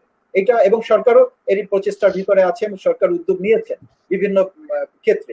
কৃষি ক্ষেত্রে আমি দেখি এই বাজেট অ্যানালাইসিস করতে গিয়ে আমরা যেটা দেখেছি, বাজেট পাঠ করে গিয়ে যে 4টি খাতকে অগ্রাধিকার দেওয়া হয়েছে। এই 4টি খাতের প্রথম খাতটি হলো স্বাস্থ্য খাত, দ্বিতীয় খাতটি হলো কৃষি খাত, এবং তৃতীয় হলো সামাজিক নিরাপত্তা বেষ্টনী, এবং চতুর্থ খাত হচ্ছে কর্মসৃজন। ওই এই ইন্টাররিলেটেড এগ্রিকালচার, কৃষি, স্বাস্থ্য তো আসবেই। এখানে 41,000 কোটি টাকা বরাদ্দ করা হয়েছে। এবং এটাকে একটা মেসেজ আমি দিই, এই যে 41,000 কোটি টাকা বরাদ্দ করা হয়েছে, এইটা কিন্তু ওভারঅল একটা হিসেব। 13টা মন্ত্রণালয় এবং বিভাগের স্বাস্থ্য সুরক্ষা বিভাগ এবং স্বাস্থ্য শিক্ষা এবং পরিবার কল্যাণ খাত মিলিয়ে কিন্তু 41,027 কোটি টাকা, এবং এটা জিডিপির 1.3% এবং বাজেটের 7%। এটা আমার মনে হয় যে এখনো যদি আমরা আমাদের জবাবদিহিতার জায়গাতে না থাকি, আপনি জবাবদিহিতার জায়গায় আমরা বারবার একটা মেকানিজমকে বলছি যে ট্রেজারি বেঞ্চকে জবাবদিহিতার জায়গাতে রাখলাম, কিন্তু আপনি দেখেন আজকে প্রাইভেট সেক্টরটা, এই স্বাস্থ্য অবকাঠামোর প্রাইভেট সেক্টরটা কি জবাবদিহি কাঠামোর মধ্যে, নিজস্ব কাঠামোর মধ্যে কি আছে? আপনি দেখেন যে হসপিটালের পর হসপিটাল ঘুরছেন, পেশেন্ট নিচ্ছে না, একবার মানে কতবার করে দাঁড়িয়ে কত লোক করে কিভাবে ক্ষতিগ্রস্ত হচ্ছে। তো সুতরাং এই জবাবদিহিতার কাঠামোটা কিন্তু সামগ্রিক। আমি এটা বলবো যে কৃষিখাতকে কতগুলো ভাবে কিন্তু বাজেট সাপোর্ট দেওয়া হচ্ছে। একটা হচ্ছে প্রায় 2,8 লাখ কৃষক, তাদেরকে কার্ড দেওয়া হচ্ছে, সাবসিডি দেওয়া। এই যে বোরো ধান কেনার যে টার্গেট গতবারে যা ছিল তার চেয়ে দ্বিগুণ করা হয়েছে, সরাসরি ধান কেনার সরকারি পদক্ষেপ। এরপরে কৃষি এগ্রিকালচার মেকানাইজেশন, কৃষি যান্ত্রিকীকরণের জন্য কিন্তু ৩,১৫৯ কোটি টাকা বরাদ্দ করা হয়েছে। এরপরে ২,০০০ কোটি টাকা কৃষি সেক্টরে স্বল্প সুদের ঋণের ব্যবস্থা করা হয়েছে। এরপর প্রণোদনার মধ্যেও কিন্তু কৃষির বিষয়টা রয়েছে। আমরা যেটা বলি এসএমই খাত, যেটা বাংলাদেশের 25% এসএমই খাত থেকে আসে, এটাও কিন্তু কৃষি একেবারে অ্যাডজাসেন্ট, ক্ষুদ্র কুটির শিল্প এবং মানে মাঝারি শিল্প, এখানেও কিন্তু সরকারের অনেক উদ্যোগ রয়েছে। সুতরাং সব মিলিয়ে আমরা বলবো যে বাজেটারি ইনস্ট্রুমেন্ট রাখা হয়েছে। একটা কথা আমি যদি পরিকল্পনাটা, একটা কথা আছে যে বাস্তবায়ন হবে আগামী 2021-এর জুন পর্যন্ত। ফোরকাস্ট করি, প্রেডিকশন করি, আমি পলিসি ফরমেশনটার পিরিয়ডে আমি প্রস্তাবনা করতে পারি যে এইভাবে করলে আরেকটু ভালো হয়, এটাকে আরো প্র্যাগমেটিক করা যায়। কিন্তু আমাদের সেইভাবে কিছু প্রস্তাবনা, মানে সুপারিশ, এগুলো উপস্থাপন করতে হবে। হ্যাঁ, তো সেই ক্ষেত্রে আমি যে বলি যে শিক্ষায় 100 কোটি টাকা, স্বাস্থ্য খাতে 100 কোটি টাকা গবেষণার জন্য রাখা হয়েছে, এবং এরই অ্যাডজাসেন্ট আরেকটা খাত আছে, সেটা হলো শিক্ষা খাত। শিক্ষা খাতের ক্ষেত্রেও কিন্তু, এবং শিক্ষা এবং স্বাস্থ্য খাতের যে বরাদ্দটা, এটাকেও কিন্তু বলা হয় বিনিয়োগ। এটাকে এখন আর এটা ফিডব্যাকটা সবচেয়ে বেশি, এটাকে বিনিয়োগ বলা হয়। তো আমার মনে হয় স্বাস্থ্য খাতের জন্য, কোভিডের জন্য স্বাস্থ্য খাতের জন্য গবেষণায় বরাদ্দটা রাখা হয়েছে। এই বরাদ্দটাকে আমার মনে হয় যে ওই আরেকটু বাড়ানো দরকার। যে থোক বরাদ্দ 10,000 কোটি টাকা স্বাস্থ্য খাতে রাখা হয়েছে, আমি স্বাস্থ্য খাতে বিনিয়োগে গবেষণার জন্য আরো বেশি বরাদ্দের জন্য প্রস্তাব করব। আর সাথে সাথে শিক্ষা খাতের যে বিনিয়োগ এবং শিক্ষা খাতের জন্য 3টা প্রাইমারি অ্যান্ড মাস এডুকেশন, তারপরে মাধ্যমিক এবং উচ্চশিক্ষা, এগুলো মিলিয়ে শিক্ষা খাতে গতবারে ছিল 61,114 কোটি টাকা। এবং মাদ্রাসা শিক্ষা তিনটা কিন্তু, একটা হলো প্রাইমারি, সেকেন্ডারি, আর একটা হলো মাদ্রাসা এবং ভোকেশনাল ট্রেনিং। গতবারে ছিল 61,114 কোটি টাকা, এবারে 71,401 কোটি টাকা। গতবারে ছিল বরাদ্দ, কিন্তু এবারে বেড়েছে। এক্ষেত্রে আমরা প্রস্তাব করব যে এই শিক্ষায় বিনিয়োগ খাতে, কারণ গবেষণা খাতে শিক্ষায় আরো বেশি বরাদ্দ রাখার জন্য। শিক্ষায় যদি গবেষণা না হয়, জাতি এগোতে পারবে না। তো আমরা এখানে যদি একটু বলি স্যার, যে আমাদের যে শিক্ষা ও প্রযুক্তিকে স্যার একটি খাত হিসেবে দেখানো হয়েছে, এবং শিক্ষা এবং প্রযুক্তিকে স্যার আলাদাভাবে, শিক্ষা একটি খাত এবং প্রযুক্তিকে স্যার এখান থেকে ভাগ করে নেওয়া যায় কিনা স্যার। এবং সেক্ষেত্রে যদি আমরা বলি স্যার, মানে শিক্ষা ও প্রযুক্তি খাতে গতবারের থেকে কিন্তু স্যার আমাদের বরাদ্দ কমেছে।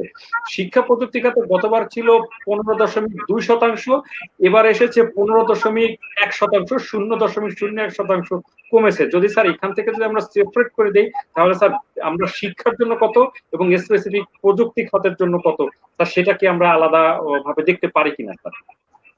আচ্ছা, একটা কথা আমি বলি, প্রযুক্তিটা কি? প্রযুক্তিটা তো শিক্ষার প্রয়োগ। প্রযুক্তিটা হচ্ছে শিক্ষার প্রয়োগ।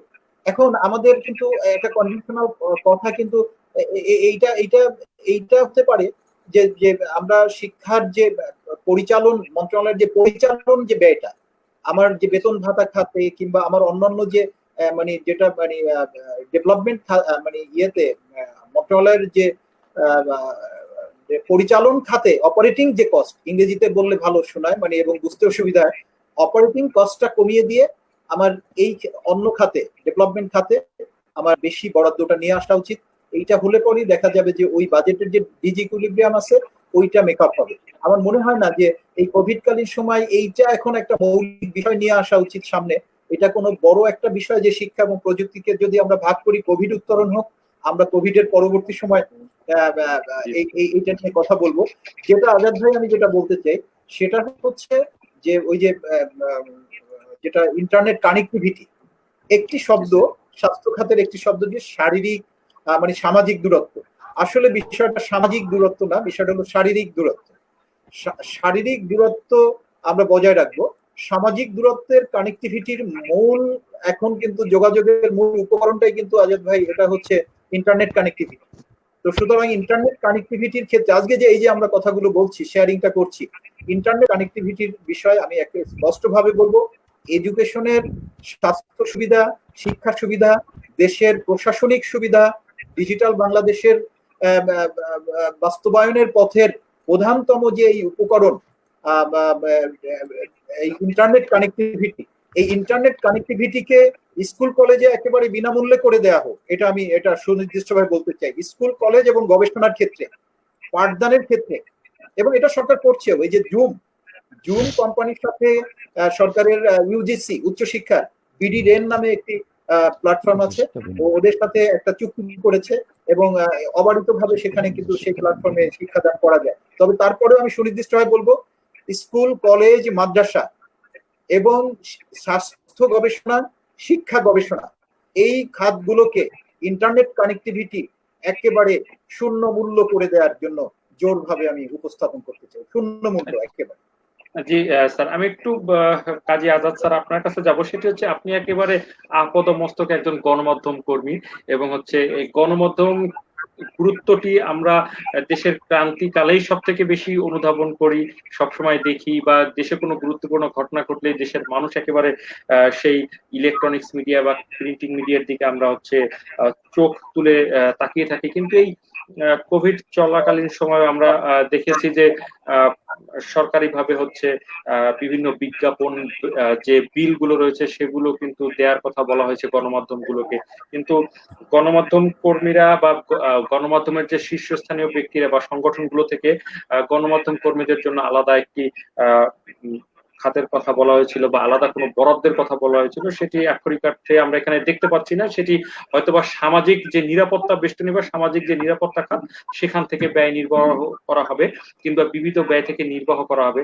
কিন্তু স্যার যেটি বললেন যে কালো টাকা সাদা করার জন্য, আপনিও বললেন যে স্বাস্থ্য খাতে বিনিয়োগ একটি উপযুক্ত বিষয় এই মুহূর্তে দাঁড়িয়ে যেতে পারে আমাদের সামনে, এবং আপনি এই সময়টিতে ওটির পাশাপাশি যে বিভিন্ন সময় একটি কথা আমাদের সামনে চলে আসে, সেটি হচ্ছে অর্থ পাচার, এবং অর্থ পাচার প্রমাণিত হলেই 50% তাকে হচ্ছে যে কর দিতে হবে, এবং হচ্ছে যে অর্থ পাচার এই বিষয়টাকে কিভাবে রোধ করা যায়। এবং এটি রাজনৈতিক একটু বিষয় এখানে সংযুক্ত করে, সেটি হচ্ছে রাজনৈতিক ভাবে হচ্ছে যে এই কথাগুলো খুব বেশি প্রচলিত হয়, কিন্তু বাস্তবিক অর্থে দেশে আপামর জনসাধারণ কিন্তু এর সঠিক হিসাবটি পায় না। সঠিক হিসাবটি পায় না, শোনা যায় আমাকে? শোনা যায়? জি স্যার, শুনতে পাচ্ছি। সঠিক হিসাবটি পায় না, সে জায়গায় পরে আসছি। গণমাধ্যমের যদি কথা বলেন যে সামাজিক নিরাপত্তা বেষ্টনীর মধ্যে, সেখানেও কিন্তু সুস্পষ্টভাবে উল্লেখ নেই। আর যদি গণমাধ্যম, সবাই কিন্তু সহযোগিতা পেয়েছে, সারা দেশের সব জায়গায় সহযোগিতা পেয়েছে বিভিন্নভাবে, কিন্তু গণমাধ্যম কর্মীদের যে আর্থিক প্রণোদনা দেওয়া, সে প্রতিষ্ঠানের মাধ্যমে হোক, সংগঠনের মাধ্যমে হোক, কোনোভাবেই কিন্তু এখন পর্যন্ত দেওয়া হয়নি। তবে আমরা বিভিন্ন মাধ্যম থেকে শুনছি যে দেওয়া হবে, কিন্তু এর কোনো সুনির্দিষ্ট ব্যাখ্যা বা সুনির্দিষ্ট কোনো ঘটনা বা কোনো কিছু এখন পর্যন্ত আমাদের কাছে জানা নেই, বা কোনো খবরও আসে নেই, বা প্রশাসন থেকে কোনো যোগাযোগের কোনো নিয়ম কানুন আমরা এ পর্যন্ত জানি না। তাহলে আমরা যে তিমিরে ছিলাম অর্থনৈতিক প্রাপ্তির জন্য, সেই অর্থনৈতিক তিমিরেই কিন্তু থেকে গেল। ইতিমধ্যে কিন্তু গণমাধ্যমের যারা এই কোভিড আক্রান্ত হয়ে ইন্তেকাল করেছেন, তাদেরকে কত টাকা দেওয়া হলো না হলো, বা আদৌ দেওয়া হয়েছে কিনা, এটা কিন্তু তাদের দেওয়া হয়নি। তাদের কতটা সহজে, আপনি আশ্চর্য হয়ে যাবেন যে এদেশের একজন, নাম বলবো না এই মুহূর্তে, এদেশে একজন বিশিষ্ট গণমাধ্যম কর্মী, একবারে প্রথম সারির প্রথম জন বলবো, তিনি কোভিড আক্রান্ত হলে একজন সাবেক মন্ত্রীকে দিয়ে নানান জায়গায় তদবির করে তারপরে সেই ভদ্রলোকে একটি সিট পেতে হয়েছে। তিনি একজন স্বনামধন্য ব্যক্তি। এই যখন অবস্থা, তখন আবার সেই স্বাস্থ্য খাতের কথা চলে আসলো। স্বাস্থ্য খাত তো একদিন এরকম ভেঙে পড়ে। আমি আজকে হসপিটালে যেতে চাই না, হসপিটাল আমাকে নিতে চায় না, আর যখন আমাকে যেতে হয় তখন কিন্তু হসপিটাল থেকে হসপিটালে আমাকে ঘুরতে হয়। বরিশালের ডাক্তার আনোয়ার হোসেন তার প্রকৃষ্ট উদাহরণ। আর একজন ডাক্তার ঢাকায়, যার মেয়ে ডাক্তার, সে তার নিজের হসপিটালে তাকে নেয়নি। এই যখন মানবিকতার প্রশ্ন, তখন আমি আর একজনকে বিশ্বাস করব কিভাবে? এই অবস্থা থেকে উত্তরণের জন্য আমি বারবার যে কথা বলেছি, আমাদের একটি আস্থার জায়গা রাজনৈতিকভাবে, রাষ্ট্রীয়ভাবে, সে হচ্ছে বঙ্গবন্ধু কন্যা। উনি কোভিডের মধ্যে নিরলস প্রচেষ্টা চালাচ্ছেন মানুষের জন্য কিছু করা, রাষ্ট্রের জন্য, রাষ্ট্রের মানুষের জন্য তার যে প্রেম, প্রীতি, ভালোবাসা, একে সবার মধ্যে ছড়িয়ে দিতে হবে। আর গণমাধ্যম কর্মীদের এ পর্যন্ত কোনো কিছু যেমন দেওয়া হয়নি, তেমন আমি আশা করব গণমাধ্যম কর্মীদের হয় প্রতিষ্ঠানগতভাবে অথবা সংগঠনের ভাবে রেজিস্টার যেসব সংগঠন রয়েছে তাদের মাধ্যমে তাদের সহযোগিতা করার আহ্বান জানাবো মাননীয় প্রধানমন্ত্রীর কাছে। আর জি যে স্যার, কথাটা আপনি বলছেন এই ওই যে 50 ভাগ, আমাকে যদি জি। সুযোগ দেন আমি খাটবো না কিছু না, আপনার সাথে যোগ সাজস করে 600 কোটি টাকার আমি 30 কোটি টাকা ব্যয় করে বাকি 570 কোটি টাকা নিয়ে যাব। সেখান থেকে 570 কোটি টাকা বোধহয় 235 কোটি টাকা হয়, 235 কোটি টাকা সরকারে দেব, 235 টাকা আমি পাচার করব। তাহলে আপনার পাচার দেখে তো আমি কাল পাচার করব, কিন্তু এই পাচারের একটি সীমারেখা নির্দিষ্ট, একটি সুনির্দিষ্ট ডেট ফিক্সড করতে হবে। এরপরে জাতীয় অর্থ কেউ পাচার করলে, জাতীয় অর্থ কেউ তছরূপ করলে আপনাকে আশ্চর্য হয়ে যাবে। অদ্যবধি এই চীনকে নিয়ে এত সমালোচনা, এখনো চীনে রাষ্ট্রীয় সম্পদ অর্থ তছরূপ করলে তাদেরকে মৃত্যুদণ্ডে দণ্ডিত করা হয়, প্রকাশ্যে দণ্ডিত করা হয়। আর আমার দেশে অনেক হন গোপনে গোপনে পুরস্কৃত। আপনি কি বলতে চান যে এই সেদিনের যে কেলেঙ্কারি গুলোকে আমরা ভুলে যাব? মানুষ কিন্তু সবকিছু ভুলে যায় না, তারা তো তাদের টাকা নগদ এখন করে ফেলবে, কিন্তু করার পরে সেই টাকা সে কোন খাতে খাটালো এই জায়গাও একটা সুনির্দিষ্ট নীতিমালা দেওয়া উচিত ছিল। তোমার জি স্যার, টাকা আমরা এই পার্সেন্ট দিয়ে এই টাকা এইখানে বিনিয়োগ করতে পারে। আমি আরেকটি প্রশ্নে আবার আমি ফিরে যাব, সেই শিল্প সহায়তা, সেই শিল্প বিনিয়োগের জায়গায় আজকে কিন্তু যারা বেকার হচ্ছে তারা কিন্তু তাদের পেশা পরিবর্তন করছে। এই প্রান্তিক জনগোষ্ঠী কালকে যে বুট মুড়ি বেচতো, যে গেঞ্জি বিক্রি করত, সে কিন্তু আজকে স্যানিটাইজার বিক্রি করছে, সে কিন্তু মাস্ক বিক্রি করছে। এই পেশা কিন্তু প্রয়োজনই মানুষ ঠেলে কি করবে না করবে। আরেকটি কথা বলি, বাংলাদেশে শেখ হাসিনা কিন্তু কাউকেই তিনি বলেছেন কেউ না খেয়ে মারা যাবে না, সেই পদক্ষেপ কিন্তু তিনি নিয়েছেন। কিন্তু সে জায়গা আমি আপনি যে অস্বচ্ছতার প্রমাণ দেব, আমাদের সাজাটাকে নিশ্চিত করতে হবে। পরিশেষে যদি এখানে শেষ করতে চান তাহলে বলবো সব শেষে এই অন্ধকার আমাদের কেটে যাবে, আলোর মুখ আমরা দেখবই। আর সবাইকে ধন্যবাদ। যদি আরেকবার সুযোগ দেন তাহলে তো আর একটু বলবো। ধন্যবাদ আজাদ ভাই। ওই যে অপ্রদর্শিত অর্থ মেইন স্ট্রিমিং এ নিয়ে আসা, এই ক্ষেত্রে আমার আরো একটু সংযোজনী প্রস্তাব আছে। সেটা হচ্ছে যে একটা অপ্রদর্শিত অর্থকে যে সাদা করার যে বা মেইন স্ট্রিমে নিয়ে আসা, সেটার ক্ষেত্রে একটু প্রস্তাব হচ্ছে যে হ্যাঁ আমরা একটা রেটের মাধ্যমে তাদেরকে আমরা নিয়ে আসবো। যদি তাইলে এখন হলো কি যে আমরা একটু, এটা তো একটা অনৈতিক কাজ যে আমি আগে দেখাইনি রিটার্নে, এখন এটা আমি দেখাবো। সরকার একটা ছাড় দিয়েছে বিশেষ অবস্থার প্রেক্ষিতে, বিভিন্ন সময় ছাড় দিয়ে এসছে। কিন্তু আমার কথাটি হচ্ছে যে এই প্রসঙ্গটিকে আমরা এইটাকে বলতে চাই যে একটা নির্দিষ্ট সময়সীমা দিয়ে যে আগামী 30শে সেপ্টেম্বর কিংবা 30শে নভেম্বর পর্যন্ত এই কালো টাকা সাদা করার প্রভিশনটা থাকবে, রিটার্ন দাখিল পর্যন্ত এটা তোমরা দেখাতে পারবে, বা ডিসেম্বর পর্যন্ত পারবে। কিন্তু তারপর যদি তোমরা এটা না করো আমার মনিটরিং টিম নেমে যাবে, ইকোনমিতে যাবে, ব্যাংকিং সেক্টরে যাবে। হ্যাঁ, যদি কারোটা পাবে তাহলে তার টোটাল সম্পত্তি বাজেয়াপ্ত করা হবে। এইভাবে যদি একটা ব্যবস্থা করে রাখা হয় তাহলে কঠোর আইনের মধ্যে যাওয়া। হ্যাঁ, মেইন স্ট্রিমিং। সেটাই স্যার আপনার এই কথাই কিন্তু দেশের 95% সমর্থন করবে। আপনার কথাই এদের 95% লোক সমর্থন করবে স্যার। শুভ আসো। হ্যাঁ, এইটা হলে পরেই কিন্তু দেখবেন যে অনেক সুশাসনের যে জায়গাগুলো সরকার চেষ্টা করছে ওটা আরো ইফেক্টিভ হবে বলে আমি মনে করি। আরেকটা বিষয়, সবাই স্যার মনে করে যে আমি কোনো না কোনো ভাবে মাপ পেয়ে যাব। হ্যাঁ হ্যাঁ স্যার একটি বিষয় যদি একটু বলি স্যার, এই মুহূর্তে যে বিশ্বে কিন্তু স্যার আমরা এই কোভিড চলাকালীন সময় ভোগ ব্যয় কিন্তু স্যার বেড়েছে, এবং আক্ষরিক অর্থে শুধু বহির্বিশ্বের মতো বাংলাদেশেও ভোগ ব্যয় বেড়েছে। সেক্ষেত্রে স্যার মুদ্রাস্ফীতি কি আসলে স্যার বাড়ার কোনো আশঙ্কা রয়েছে কিনা স্যার এই সময়টিতে? হ্যাঁ, এটা একটা ইম্পর্টেন্ট জিনিস। মানে একটা প্রবণতা তো দেশের হয় কি, মার্কেট ইমপারফেকশনের উপরে যখন মানে বিভিন্ন কর্তৃপক্ষ হস্তক্ষেপ করতে মানে দ্বিধা প্রলম্বিত হয়, কিংবা নেটের মধ্যে।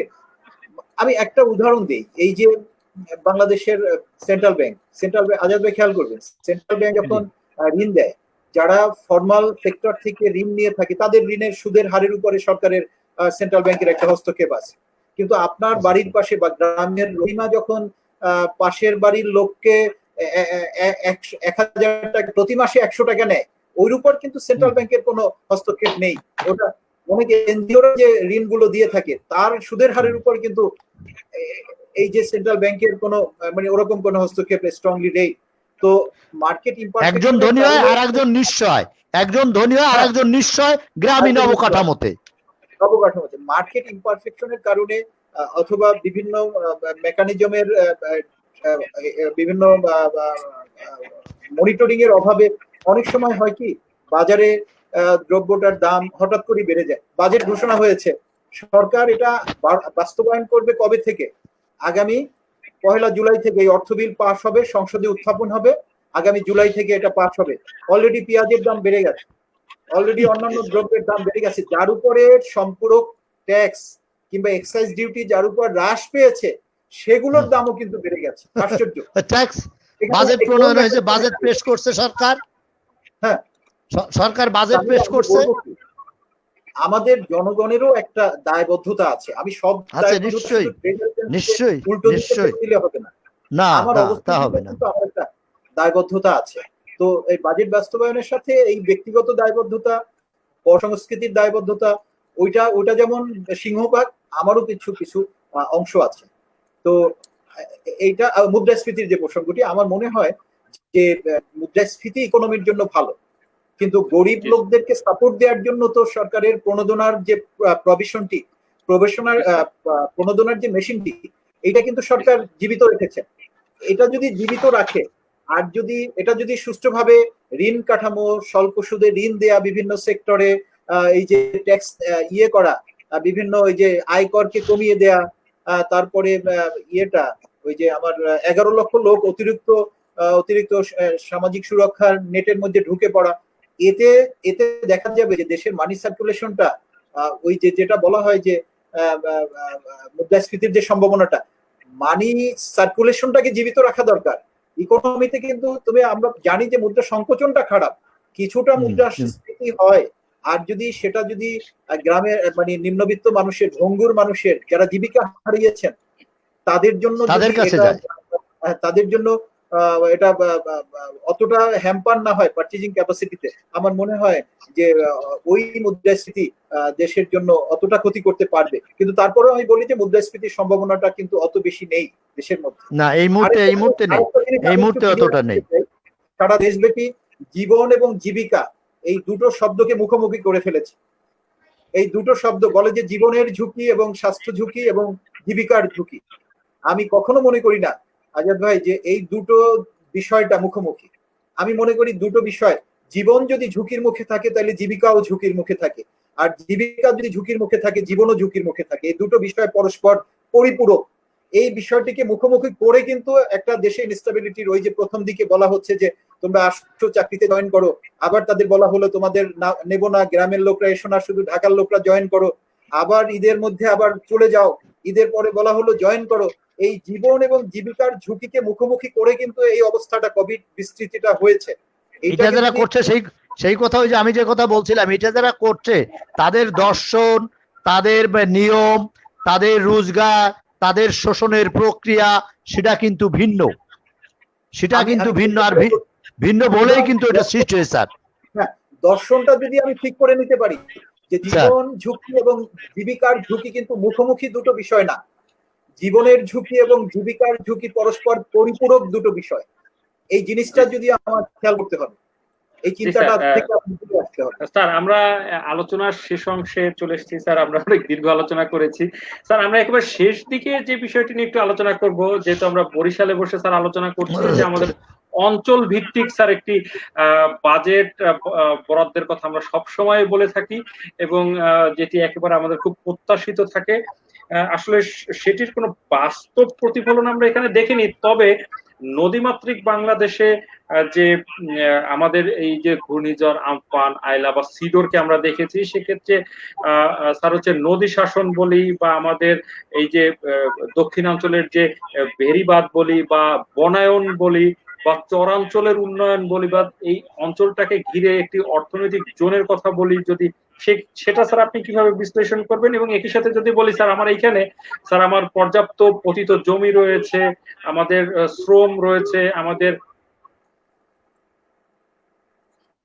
ইনফ্রাস্ট্রাকচারাল যদি বলি আমাদের ভোলাটিক গ্যাস রয়েছে। আমরা স্যার আলাদাভাবে এখানে একটি অর্থনৈতিক অঞ্চল করতে পারি কিনা এবং সরকারের সে বিষয়ে স্যার দৃষ্টিপাত করা উচিত রয়েছেন কিনা স্যার, আপনারা দুজনেই বলবেন। আমি প্রথমে স্যার কাজী আবুল কালাম আজাদ মহোদয়ের কাছে একটু যেতে চাই। আসলে স্যার বললেই ভালো হতো। আমি ওই যে বললাম যে আমরা সাধারণ মানুষ মোটা দাগে যা বুঝি, আমরা মানুষকে যা শুনতে বলি তাই আমরা শুনি, আমরা যা দেখি তাই বলি। এই জায়গায় মেগা প্রকল্পে 7টি মেগা প্রকল্প অর্থ বরাদ্দ দেওয়া হয়েছে, তার মধ্যে এই অঞ্চলের মানুষের কিন্তু একটা প্রকল্প আছে সরাসরি, পায়রা সমুদ্র বন্দর। আরেকটি জায়গা আমাদের বিরাট স্বার্থ জড়িত রয়েছে পদ্মা সেতু। সেই পদ্মা সেতু যত দ্রুত সম্ভব তার কার্যকারিতা শুরু করবে, তত আমরা আমাদের কাঙ্ক্ষিত যে সুফল সেটা অর্জনে আমরা লক্ষ্যে পৌঁছতে পারবো। কিন্তু আরেকটি কথা আমরা কিন্তু বারবার বলেছি, এটা শিল্প অঞ্চল না। আজকে যদি আপনি বরিশালকে একটা পৃথক শিল্প জোনে পরিণত করতে চান, এই বাজেটেই যদি করেন, তাহলে আগামীকাল পাবেন কোথায়? সে একদিন গেলে আমরা কিন্তু একদিন পিছিয়ে যাব। যে জন্য এটা প্রয়োজন, সেটা ছিল আমাদের প্রত্যাশা যে একটি পৃথক শিল্প অঞ্চল গড়ার জন্য যা কিছু প্রয়োজন সরকার এই বাজেটেই পদক্ষেপ নেবে। আমরা এই বাজেটে খুশি, কিন্তু আমরা এই বাজেটে কিন্তু আমরা হতাশা নেই, কিন্তু আমাদের প্রাপ্তি থেকে বঞ্চিত হয়েছি বলে আমি মনে করি।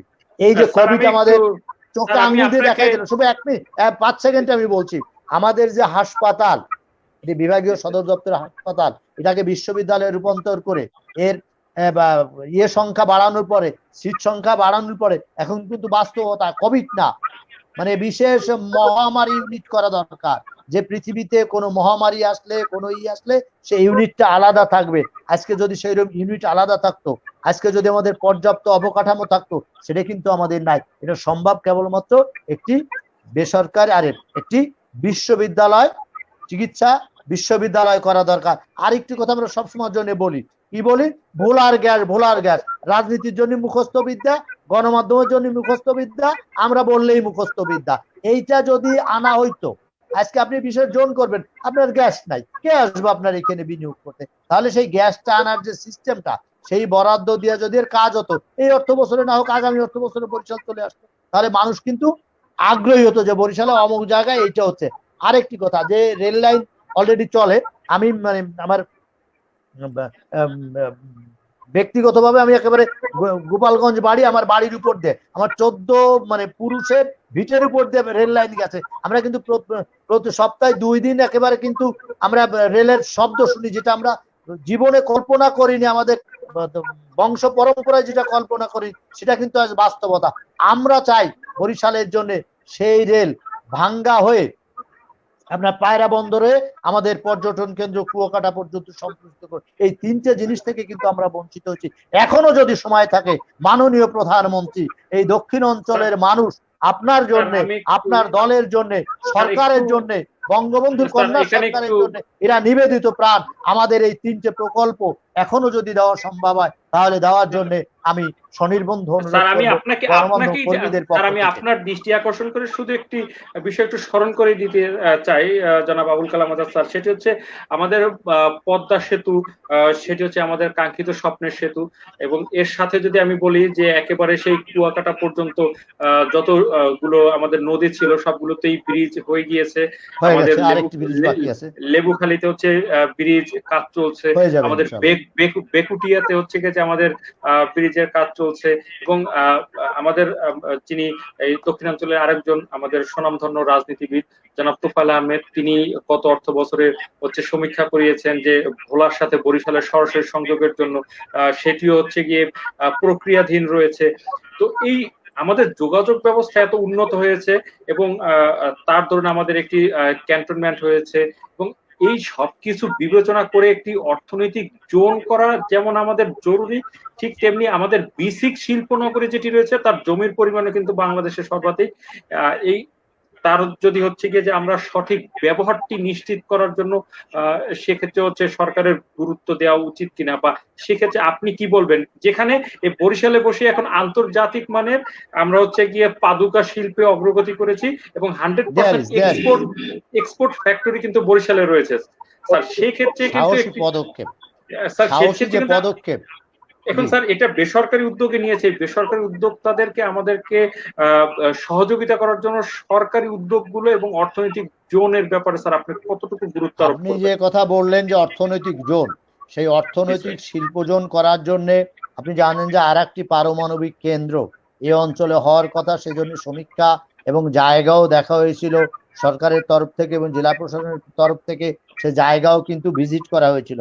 আর যে জায়গাটা রয়েছে এইখানে কিছু নিজস্ব আঞ্চলিক ভিত্তিক, অঞ্চল ভিত্তিক কিছু শিল্প প্রতিষ্ঠান আছে, আর একটি মাত্র প্রতিষ্ঠান আছে মানে যেটা আমরা রপ্তানিমুখী আপনার কারখানা আছে, একটা শু ফ্যাক্টরি আছে। তারা কিন্তু নিজস্ব ব্যক্তিগত সাহসী উদ্যোগ নিয়ে কিন্তু তারা সফল হয়েছে।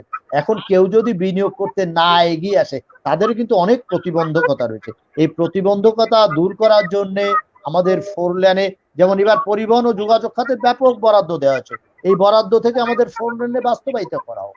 এই 4 লেনে বাস্তবায়িত করার সাথে আমার রেল যোগাযোগ ঠিক করা হোক, তাহলে কিন্তু বিনিয়োগ এমনিতেই পদ্মার এপারে অনেকটা চলে আসবে। আপনি কি জানেন যে ভাঙ্গার ওইখানে যে জমির শতক ছিল 16,000 টাকা, 15,000 টাকা, সেই জমির শতক আজকে 3 থেকে 5 লক্ষ টাকা পর্যন্ত হয়ে গেছে। এইটা যদি হয়, আপনার যখনই পরিবহন কানেক্টিভিটি যত বাড়বে তত গুরুত্ব বাড়বে। কারণ সরকার স্যার সম্ভবত জনাব আজাদ স্যার ডিসকানেক্টেড হয়ে গিয়েছেন। স্যার যেটি বলবো যে স্যারের কথাগুলোর সাথে আমি একটু আরেকটু তথ্য যোগ করতে চাই, সেটি হচ্ছে স্যার যে আমাদের যে অর্থনৈতিক জোনের কথা স্যার আমরা বারবার বলছি, এবং আমাদের যে বাস্তবতা, যোগাযোগ বা ইনফ্রাস্ট্রাকচারালগত যে আমাদের অগ্রগতি, সেটি কিন্তু স্যার আমাদের চলমান রয়েছে। কিন্তু আমরা যদি আঞ্চলিক ভিত্তিতে যদি শিল্প কারখানা গড়ে উঠতে পারে, যদি আমরা বলি যে আমাদের পুরো ঔষধ শিল্প রয়েছে, যেমন অপসনিন, মেডিমেড, কেমিস্ট, কিংবা আমাদের এমইপি বা বেঙ্গল বিস্কুট বা পিসিকে যদি আমরা বলি ফরচুন সুজ, এগুলো কিন্তু স্যার আমাদের সেই পুরনো বা বেশ কয়েক বছর ধরেই সুনাম অর্জন করেছে, কিন্তু নতুন ভাবে কিন্তু স্যার আমরা কোনো উদ্যোক্তা এভাবে এগিয়ে আসতে দেখিনি, কিন্তু হয়তো সরকারি সহযোগিতার অভাব রয়েছে। এবং অর্থনৈতিক জোনের ক্ষেত্রে স্যার আপনার কি মতামত থাকবে স্যার? ধন্যবাদ। আমি এই সম্ভাবনার জায়গা থেকে আমি প্রথমে যে কথাটি বলবো যে এক্সপোর্ট ডাইভার্সিফিকেশনে, আমরা তো আরএমজি রেডিমেড গার্মেন্টস আমাদের এক্সপোর্ট আর্নিং এর মোর দ্যান 80% এক্সপোর্ট আর্নিং হয় তৈরি পোশাক শিল্প থেকে। সরকার এই বাজেটে কিংবা বিভিন্ন সময়ে কতগুলো পদক্ষেপ নিয়েছে, যে এছাড়াও এবং একটা দ্রব্যের উপর যে নির্ভরতা, সেটা থেকে বেরিয়ে আসার জন্য এক্সপোর্ট ডাইভার্সিফিকেশন, রপ্তানি বৈচিত্র্যকরণ পদক্ষেপ হাতে নিয়েছে। তার মধ্যে সবচেয়ে প্রায়োরিটি কয়েকটি খাতকে দেওয়া হয়েছে। সে অগ্রাধিকারমূলক সেই রপ্তানি খাতের মধ্যে 1 নম্বরে মানে উল্লেখযোগ্য যেগুলো আছে, তার মধ্যে একটা আছে জাহাজ নির্মাণ শিল্প, যেটা বরিশালে যার সাথে বাস্তবতা আছে। 2 নম্বরে সেই রপ্তানি দ্রব্যকে নির্ধারণ করা হয়েছে ঔষধ শিল্প, সেটাও কিন্তু বরিশালে বেশ সবল অবস্থানে আছে। এরপরে গুরুত্ব করা হয়েছে ফুটওয়্যার, পাদুকা শিল্প, সেখানেও বরিশালের একটা বাস্তবতা আছে। এরপরে যেটা আরেকটা হলো যে অ্যাগ্রো প্রসেসিং, কৃষি প্রক্রিয়াকরণ শিল্প। এই যে এক্সপোর্ট ডাইভার্সিফিকেশনের যে অগ্রাধিকারমূলক যে 4টি বা 5টি যে আমি খাতের কথা বললাম, এখানে কিন্তু বরিশালের ব্যাপক সম্ভাবনা আছে। এই সম্ভাবনাগুলোকে কাজে লাগাতে গেলে, আমি কাজে লাগানোর জন্য যে প্রক্রিয়াটি সেটা আমি পরে বলছি, তার আগে বলছি যে এই বাজেটে বরিশাল কিভাবে আছে এটা আমাদের জানা দরকার, এবং এটা আমাদের যারা শুনছেন তাদেরও জানা দরকার বরিশাল কিভাবে অ্যাড্রেস হয়েছে। বরিশাল উইমেন পলিটেকনিক ইনস্টিটিউটের কাজ বরিশালে চলছে। বরিশাল ইউনিভার্সিটির ক্যাম্পাস সজ্জিতকরণ বা ক্যাম্পাস বর্ধিতকরণের কাজ চলছে এবং তার জন্য বরাদ্দ রয়েছে। এরপরে বরিশাল বিমানবন্দর বর্ধিতকরণের কাজ চলবে। এরপরে সারা বাংলাদেশে 140টি সাইক্লোন শেল্টার গঠন করা হবে। তার মধ্যে এই বরিশালের যে উপকূলীয় অঞ্চল, সেখানেও আমরা কতগুলো সাইক্লোন শেল্টার পাবো। এরপরে যোগাযোগ অবকাঠামোর মধ্যে 3টা যে বিষয়, যেটা আবুল কালাম আজাদ স্যার বললেন এবং তুমিও বললে, যে 3টা ব্রিজের কথা বলা হয়েছে এবারের বাজেটে, importantly southern part of Bangladesh. একটা হলো পাথরঘাটা বরগুনার যে নদীটি আছে বিষখালী নদী, তার উপরে একটা ব্রিজ, বরগুনা এবং পটুয়াখালীর মধ্যে আমতলী হয়ে বরগুনা গেলে পায়রা নদীর উপর একটি ব্রিজ, এবং কালাবদর তেতুলিয়া হয়ে ভোলা বরিশাল ব্রিজ। এই 3টা ব্রিজের কথা এবারে বাজেটে উল্লেখ আছে যে এটার ফিনান্সিং এর উদ্যোগ নেওয়া হবে এবং সমীক্ষার কাজ চলছে। তো এইভাবে করে এই 3টা ব্রিজ যদি হয়ে যায় তাহলে বরিশালের এবং তার আমরা প্রস্তাব করব যে এর জন্য পরিপূর্ণ বরাদ্দ রাখা, এবং এবং এই 3টা যদি হয়ে যায় তাহলে বরিশাল বিভাগের যে কানেক্টিভিটিটা সেটা কিন্তু অত্যন্ত স্ট্রংলি, ওই যে গ্যাস আসার ক্ষেত্রে ভোলা থেকে গ্যাস আসার ক্ষেত্রে একটা সম্ভাবনা তৈরি হবে। আমি বলি কি, বরিশাল উইল বি, একথা আমি সবসময় বলি যে আগামী 20 বছর পর Barishal will be the life line of Bangladesh economy. Bangladesh ইকোনমির লাইফ লাইন হবে বরিশাল। কেন?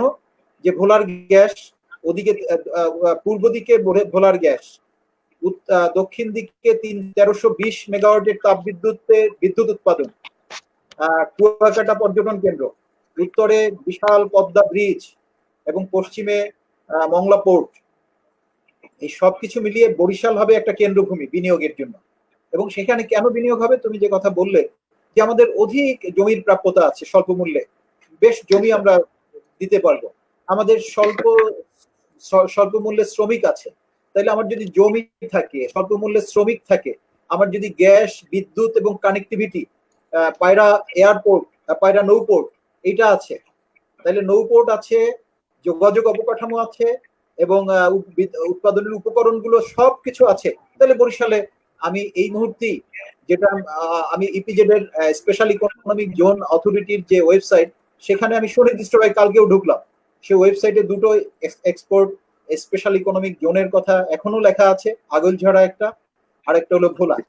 আমি একটা 304 একর আর একটা 300 একর। তো আমরা এর কার্যকারিতা দেখছি না। আমি সুনির্দিষ্টভাবে বারবার বলে এসেছি যে অবিলম্বে স্পেশাল ইকোনমিক জোন এর কার্যকারিতা কার্যকর ভাবে এই পদক্ষেপটাকে এগিয়ে নিয়ে যাওয়ার জন্য জমি অধিগ্রহণ সহ এর জমি জমি ল্যান্ড ডেভেলপমেন্ট এবং এখানে করে এই অবকাঠামো যদি স্ট্রংলি করা হয়, তাহলে দক্ষিণাঞ্চলের উপকূলীয় মানুষ যে জীবিকার যে ঝুঁকি আছে, 2 রকম ঝুঁকি, একটা হলো প্রাকৃতিক দুর্যোগ আমফান আইলা সিডরের ঝুঁকি, আর একদিকে কোভিডের ঝুঁকি। এই ঝুঁকির কারণে পেশার পরিবর্তন, অনানুষ্ঠানিক খাতের লোকরা যে পেশার পরিবর্তন ঘটেছে, যেটা আজাদ ভাই বললেন, এবং আমরা যে জীবিকার ঝুঁকির মধ্যে আছি, সেই ঝুঁকি এই শিল্প বিনিয়োগের প্রেক্ষিতে এবং কৃষির উপর যে প্রণোদনা আছে, ওগুলো যদি সুষ্ঠুভাবে বাস্তবায়ন হয়, আমার মনে হয় যে বরিশাল অঞ্চলের এই মানুষ আমরা আস্তে আস্তে এই সমস্যা থেকে বেরিয়ে আসতে পারবো। এই জন্য আমরা বাজেটারি সাপোর্ট চাই। জি স্যার, ধন্যবাদ। একবারে স্যার আমরা শেষ করে ফেলবো, একদম শেষ সময় একটি কমন প্রশ্ন স্যার আপনাদের দুজনের জন্যই থাকবে। এটি স্যার আমাদের প্রত্যাশা, আমরা চাই আমাদের বরিশালকে একটি সুন্দর এবং সম্ভাবনার জায়গায় দেখতে, যেখানে হচ্ছে একটি অর্থনৈতিক স্বাবলম্বিতা চলে আসবে আমাদের সমাজের মাঝে, আমাদের কর্মক্ষম মানুষের সংখ্যা বৃদ্ধি পাবে, আমাদের শিল্পাঞ্চল গড়বে, বেকার কেউ থাকবে না, সেই স্বপ্ন আমরা দেখি। কিন্তু সেই সাথে স্যার আমাদের নিজস্ব যে পরিবেশ, সেটিও স্যার একটি কল্পনার রাজ্যে খুব সুন্দর একটি পরিবেশও আমরা দেখতে চাই, এবং দৃষ্টিনন্দন কিছু কাজও বা সৃষ্টিশীল কাজও দেখতে চাই। সেটি হচ্ছে স্যার পর্যটন শিল্প। এবং বরিশালের পর্যটন শিল্পের সম্ভাবনা কিরকম স্যার আপনি দেখছেন ভবিষ্যতে? এবং আমরা বিভিন্ন সময় দেখি, যদি ভোলার সেই চরাঞ্চল বলি, বরগুনার চরাঞ্চল বলি, আমাদের যে সাগরকন্যা কুয়াকাটাকে ঘিরে চারপাশে যে আমাদের শাপলার বিল রয়েছে, আমাদের দুর্গাসাগর রয়েছে, আমাদের যে পুরনো ঐতিহ্য বিভিন্ন জমিদার বাড়িগুলো রয়েছে, সেগুলোকে সংরক্ষণ করা, এটা যদি স্যার একেবারে তরুণ প্রজন্ম হিসেবে আমরা একেবারে কল্পনার রাজ্যে এগুলো দেখি, আমাদের এই পুরনো ঐতিহ্যগুলোকে সংরক্ষণ করে সেগুলোকে একটি দর্শনীয় স্থানে রূপ দেওয়ার জন্য আমরা পর্যটন শিল্পে কিভাবে স্যার এগিয়ে নিতে পারি? আমি প্রথমে কাজী আজাদ স্যারের কাছে যাব, একেবারে শেষ প্রশ্ন স্যার। ধন্যবাদ। নিশ্চয়ই আমাদের এই মহামারী থেকে সৃষ্টিকর্তা আমাদের এতটা আমাদের প্রার্থনা থেকে বিমুখ করবেন না। এ থেকে আমরা মুক্ত হব, আমরা বসবো একে অপরের সামনে, আমরা ঘুচিয়ে দেব আমাদের শারীরিক দূরত্ব। কাল আমার সন্তানকে আমি বুকে জড়িয়ে দেব, আমার ভাইয়ের কাঁধে কাঁধ মিলিয়ে দেব, বুকে মুখ মিলিয়ে দেব। সেই দিনের অপেক্ষায় রয়েছে আমরা। অভ্যন্তরীণ পর্যটন আবার বিকশিত হবে, আবার আমরা আমাদের সেই সমস্ত জায়গা, সেই প্রাকৃতিক পরিবেশকে আবার সুন্দর করে গড়ে তুলব। আর সেজন্যে যেখানে যেমন আছে প্রশাসনিক কর্তা ব্যক্তি সহ সরকারের যারা যে জায়গায় যে দায়িত্ব রয়েছেন, আমাদের এইগুলি তারা রক্ষণাবেক্ষণ করবেন। এইগুলি রক্ষণাবেক্ষণে থাকলেই আমরা আগামী দিনে এগুলি আবার ব্যবহার উপযোগী করে আবার সৌন্দর্য পিপাসু মানুষ প্রকৃতির কাছে ফিরে যাবে, প্রকৃতির মানুষ আবার ভালোবাসার কাছে ফিরে যাবে। সবাইকে ধন্যবাদ। ধন্যবাদ আপনাকে। দীর্ঘজীবী হোক বরিশাল ডিবেটার্স অ্যাসোসিয়েশন। স্যার, আমি আপনার কাছে স্যার জানতে চাইবো স্যার, সেই আমাদের স্বপ্নের কথা, আমরা তরুণ প্রজন্ম হিসেবে বরিশালকে নিয়ে যে স্বপ্নটি দেখি স্যার।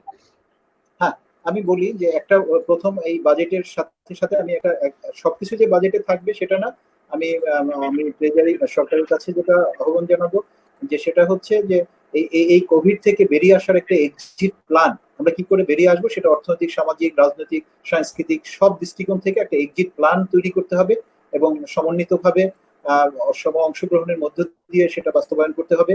আর একটা বিষয় হলো জনগণের দৃষ্টিকোণ থেকে, জনগণ তার অবস্থানে আমরা অত্যন্ত সচেতন ভাবে নিজেদেরকে রিফ্লেক্ট করতে পারিনি। জনগণ, এই জনগণের এই কোভিড থেকে বেরিয়ে আসার ক্ষেত্রে জনগণের সচেতনতারও আমি দায়বদ্ধতা আছে, সেই জায়গাটিকে বলবো, শুধু একদিকে চাপিয়ে দিলে হবে না।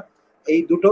আর বাজেট বাস্তবায়নের ক্ষেত্রে আমরা বলবো যে যেখানে বাজেট বাস্তবায়নের সাথে আমার যতটুকু অংশগ্রহণ আছে, জনগণ, সরকারি কর্মকর্তা কর্মচারী, শিক্ষক, স্বাস্থ্যকর্মী, চিকিৎসক, সবার, যার প্রশাসক, রাজনৈতিক ব্যক্তিবর্গ, সাংস্কৃতিক ব্যক্তিবর্গ, গণমাধ্যমের কর্মী, সবাইকে যার যার অবস্থান থেকে রোল প্লে করতে হবে এবং সুশাসনের মাধ্যমে বাজেট বাস্তবায়নের চ্যালেঞ্জগুলো মোকাবেলা করে সরকারকে সহযোগিতা করতে হবে যাতে এই বাজেট বাস্তবায়নে যেতে পারে। এরপর আমি যে কথাটি বলবো সেটা হলো এই যে পর্যটনের ক্ষেত্রে কুয়াকাটাকে ঘিরে একটা মাস্টার প্ল্যান আছে। কুয়াকাটার জমি ক্রয় বিক্রয় কিন্তু এখন বন্ধ। সেই মাস্টার প্ল্যানের কার্যক্রমটি গতিশীল রাখার জন্য প্রস্তাব করব। আর বরিশালের যেগুলো একটা পর্যটনকে ঘিরে একটা রাষ্ট্রের রেভিনিউ ইনকাম হয়। আজকে বাংলাদেশের মানুষ খুব করে ইন্ডিয়াতে চলে যায়, বাংলাদেশের জীবনানন্দ দাশের বাড়িটি কেউ দেখতে আসে না। আমরা জীবনানন্দ দাশের জন্মস্থান এবং তার বাড়িটিকে একটা পর্যটন কেন্দ্র কেন বানাতে পারলাম না, প্রশ্ন করে যাই। আমি শেরে বাংলার বাড়িটাকে আরো কেন সাজানো গোছানো এবং ইতিহাস ভিত্তিক, ঐতিহ্য ভিত্তিক করে তুলতে পারলাম না? কামিনী রায়ের বাড়িটি সংরক্ষণ করতে পারলাম না? তপন রায় চৌধুরীর বাড়িটি সংরক্ষণ করতে পারলাম না? অশ্বিনী কুমার দত্তের বাড়িটি আমরা সংরক্ষণ করতে পারলাম না? এইগুলোই তো আমাদের পর্যটনের একটা জায়গা হতো। শাপলা বাগদার মতো জায়গা বিদেশে হলে ওই শাপলার যে বিল আছে সেটাকে বিদেশ হলে ওটা দিয়েই অনেক রেভিনিউ কালেকশন করে ফেলতো। আমাদের যে আটঘর কুরিয়ানা আছে এগ্রো প্রসেসিং এর জন্য, এই যে ভাসমান ফ্লোটিং মার্কেট, এশিয়ার দ্বিতীয় ফ্লোটিং মার্কেট, এইটাকে অর্গানাইজ করলেই কিন্তু আমাদের দেশের রেভিনিউ ইনকাম অনেক বেড়ে যেত। এবং আমি তো বলি যে শাপলা বাগদাকে ঘিরে আমরা, পেয়ারা, জ্যাম, জেলি এগুলো উৎপাদনের জন্য একটা এগ্রো প্রসেসিং এরিয়া জোন ঘোষণা করা হোক। তো এগুলো সমন্বয় করলে দেখা যাবে জীবনানন্দের বাড়ি ওই যে বিষখালী নদীকে ঘিরে একটা থিম পার্ক হিসেবে যদি গড়ে তোলা হয়, প্রচুর লোক বিদেশ থেকে আসবে এবং তাতে প্রচুর রেভিনিউ ইনকাম হবে। তো আমরা যখন এই কোভিড চলে যাবে আমরা এইগুলো প্ল্যানিংটা করব, তার মধ্য দিয়ে আমাদের এই স্বপ্নের বরিশালটাকে আমরা গড়ে তুলবো এবং অর্থনৈতিক উন্নয়ন সহ বরিশাল এবং বাংলাদেশ এবং বাঙালি আমরা এই সবাই মিলে বাংলাদেশকে এগিয়ে নিয়ে যাব এবং স্বপ্নের বাংলাদেশ, সোনার বাংলাদেশ মাননীয় প্রধানমন্ত্রী এটা গড়ে তুলবো। এবং বঙ্গবন্ধুর একটা কথা, 7th 5 year ফার্স্ট প্রথম পঞ্চবার্ষিক পরিকল্পনার একটা কথা আছে, ওই কথাটা আমাকে খুব টাচ করে। সেটা হচ্ছে যে পরিকল্পনা যত সুলিখিতই হোক না কেন, পরিকল্পনা যত সুলিখিতই হোক না কেন, যদি জন অংশগ্রহণ না থাকে তাহলে কখনোই ওই পরিকল্পনা বাস্তবায়ন হয় না। তাহলে আমরা সেই জন অংশগ্রহণটাকে নিশ্চিত করব এবং স্বচ্ছতা, জবাবদিহিতার, দ্বিপাক্ষিক কমিউনিকেশন এর মধ্য দিয়ে আমরা দেশটাকে এগিয়ে নিয়ে যাবো, এই আশাবাদ ব্যক্ত করছি। আমি আমার সহ আলোচক জনাব কাজী আবুল কালাম আজাদ এবং অ্যাঙ্কর যিনি অ্যাঙ্করিং করা অনেক কঠিন কাজ, জনাব বিডিএ কে ধন্যবাদ জানাচ্ছি, যারা ভিউয়ার্স আছেন তাদেরকে ধন্যবাদ জানাচ্ছি। আর বাজেট ভাবনাটা এবং কর ভাবনাটা, বাজেট বাস্তবায়নের ভাবনাটার যে বিদ্যমান গতানুগতিক চিন্তাধারা থেকে সবাইকে বেরিয়ে এসে একাডেমিক বিশ্লেষণী, নিজের জনগণের দায়বদ্ধতার জায়গা থেকে বাজেটকে বিশ্লেষণ এবং এইটা করার জন্য সবাইকে আহ্বান জানাচ্ছি। সকলকে ধন্যবাদ। ধন্যবাদ স্যার আপনাকে। সুপ্রিয় দর্শক, আমরা যে বিষয়টি বলি যে করের আওতা আমাদের বাড়াতে হবে, আমি যদি কর দেই আমরা প্রত্যক্ষভাবে দেশ গঠনে অংশীদার হয়ে গেলাম। এবং আপনাকে আমাকে জানতে হবে যে ধরুন আপনি যদি 100 টাকা কর দেন, সেক্ষেত্রে আপনার কাছে যদি বেতন ভাতা হিসেবে 18.7 টাকা চলে যাবে, এবং সুদ হিসেবে 18.1 টাকা চলে যাবে, সাহায্য মঞ্জুরিতে 17.8 টাকা যাবে, পণ্য সেবায় 9.8 টাকা যাবে, সম্পদ সংগ্রহে 5.9 টাকা খরচ হবে, পেনশন পেনশন খাতে 7.8 টাকা খরচ হবে, ভর্তুকি প্রণোদনায় 13.9 টাকা খরচ হবে, অনুন্নয়ন বিনিয়োগে 4.6 টাকা ব্যয় হবে, অপ্রত্যাশিত ব্যয় ও অন্যান্য খাতে 2.1 টাকা এবং বিবিধ ব্যয়ে 1.3 টাকা খরচ হবে। এই আমি যদি 100 টাকা দিই, এটি হচ্ছে 100 টাকার হিসাব। তার মানে হচ্ছে যে আমরা আমাদের স্বপ্নের দেশ বিনির্মাণে আমরা এগিয়ে গেলাম, এবং এই টাকা কিন্তু, এর সেবা কিন্তু ঘুরে ফিরে আমরাই ভোগ করি, দেশের জনগণ ভোগ করি। সুতরাং আমরা সবাই কর দিব, কর ফাঁকি দিব না, এবং সবাই রাষ্ট্রীয় সম্পদ, দেশীয় সম্পদকে আমরা সংরক্ষণ করব, এবং আমরা সবাই সততার সাথে জীবন যাপন করব, এবং আমরা সবাই প্রত্যাশা করব স্যার এবং সম্মানিত আলোচক যারা ছিলেন আমাদের মধ্যে, জনাব আখতারুজ্জামান খান, বিভাগীয় প্রধান, অর্থনীতি বিভাগ, সরকারি ব্রজমোহন কলেজ। আমাদের সাথে ছিলেন জনাব কাজী আজাদ, মাননীয় সভাপতি, press club Barishal metropolitan Barishal, এবং আমাদের সাথে আরো উপস্থিত ছিলেন জনাব জ্যোতির্ময় বিশ্বাস, সহকারী অধ্যাপক, বরিশাল বিশ্ববিদ্যালয়। এবং একটি জরুরি রাষ্ট্রীয় কাজেই ব্যস্ত থাকার কারণে জনাব সাইদুর রহমান রিন্টু, তিনি দুঃখ প্রকাশ করেছেন। মাননীয় সভাপতি, Barishal metropolitan chamber of commerce and industry, তিনি যোগাযোগ আমাদের সাথে সংযুক্ত হতে পারেননি। কিন্তু দর্শক, যেটি বিষয় হচ্ছে, আমরা এই কোভিড কালীন সময়ে আমরা সবাই নিজেদের নিরাপত্তা জন্য আমরা স্বাস্থ্যবিধি মেনে চলবো, যেটি আমরা প্রতিবারই বলি, এবং আমরা সবাই না পারলে বের হবো না, এবং বাসা থেকে বের হলে প্রয়োজনীয় স্বাস্থ্যবিধি মেনে চলবো, নিজেদের পরিবারকে আমরা সুরক্ষিত রাখবো। এবং আগামী দিনে আরেকটি প্রত্যাশা, আমরা আগামী নতুন সূর্য, আমরা এই স্বপ্নটি দেখতে চাই যে আগামীকাল ভোরে বাংলাদেশে কোনো কোভিড আক্রান্ত, নতুন কেউ আক্রান্ত হয়নি, এবং যারা আক্রান্ত ছিলেন তারা হচ্ছে সুস্থ হয়ে গিয়েছেন। এই স্বপ্নটি আমরা দেখি। আমরা স্বপ্ন দেখি যেটি হচ্ছে, আমরা বলেছি যে দুঃসময়ে আশাবাদী বাদে, সেটি আমাদের সম্মানিত যারা আলোচক ছিলেন তারা একাডেমিক ভাবে বিশ্লেষণ করেছেন, এবং আমরা আজকের এই অনুষ্ঠানটি সম্পূর্ণ একাডেমিক ভাবেই আমরা আলোচনা করেছি। এবং আগামীতে আমরা আরো নতুন কোনো পর্ব নিয়ে হাজির হব, এবং আগামী বুধবারে আমরা বরিশাল ডিবেট অ্যাসোসিয়েশন এবং বিশ্ব সাহিত্য কেন্দ্র আমাদের জাতীয় কবিকে নিয়ে জীবনের নজরুল এই শিরোনামে আমরা আপনাদের সামনে হাজির হব। আমাদের জাতীয় কবির জীবনী নিয়ে আমরা আলোচনা করব। আমরা জাতীয় কবির কিছুদিন আগে আমরা তার যে জন্মবার্ষিকী পালন করেছি সেটি নিয়ে আলোচনা করব। ততক্ষণ পর্যন্ত আমি মেহেদী হাসান আপনাদের কাছ থেকে বিদায় নিচ্ছি। ধন্যবাদ। সবাই ভালো থাকবেন, সুস্থ থাকবেন। আল্লাহ হাফেজ।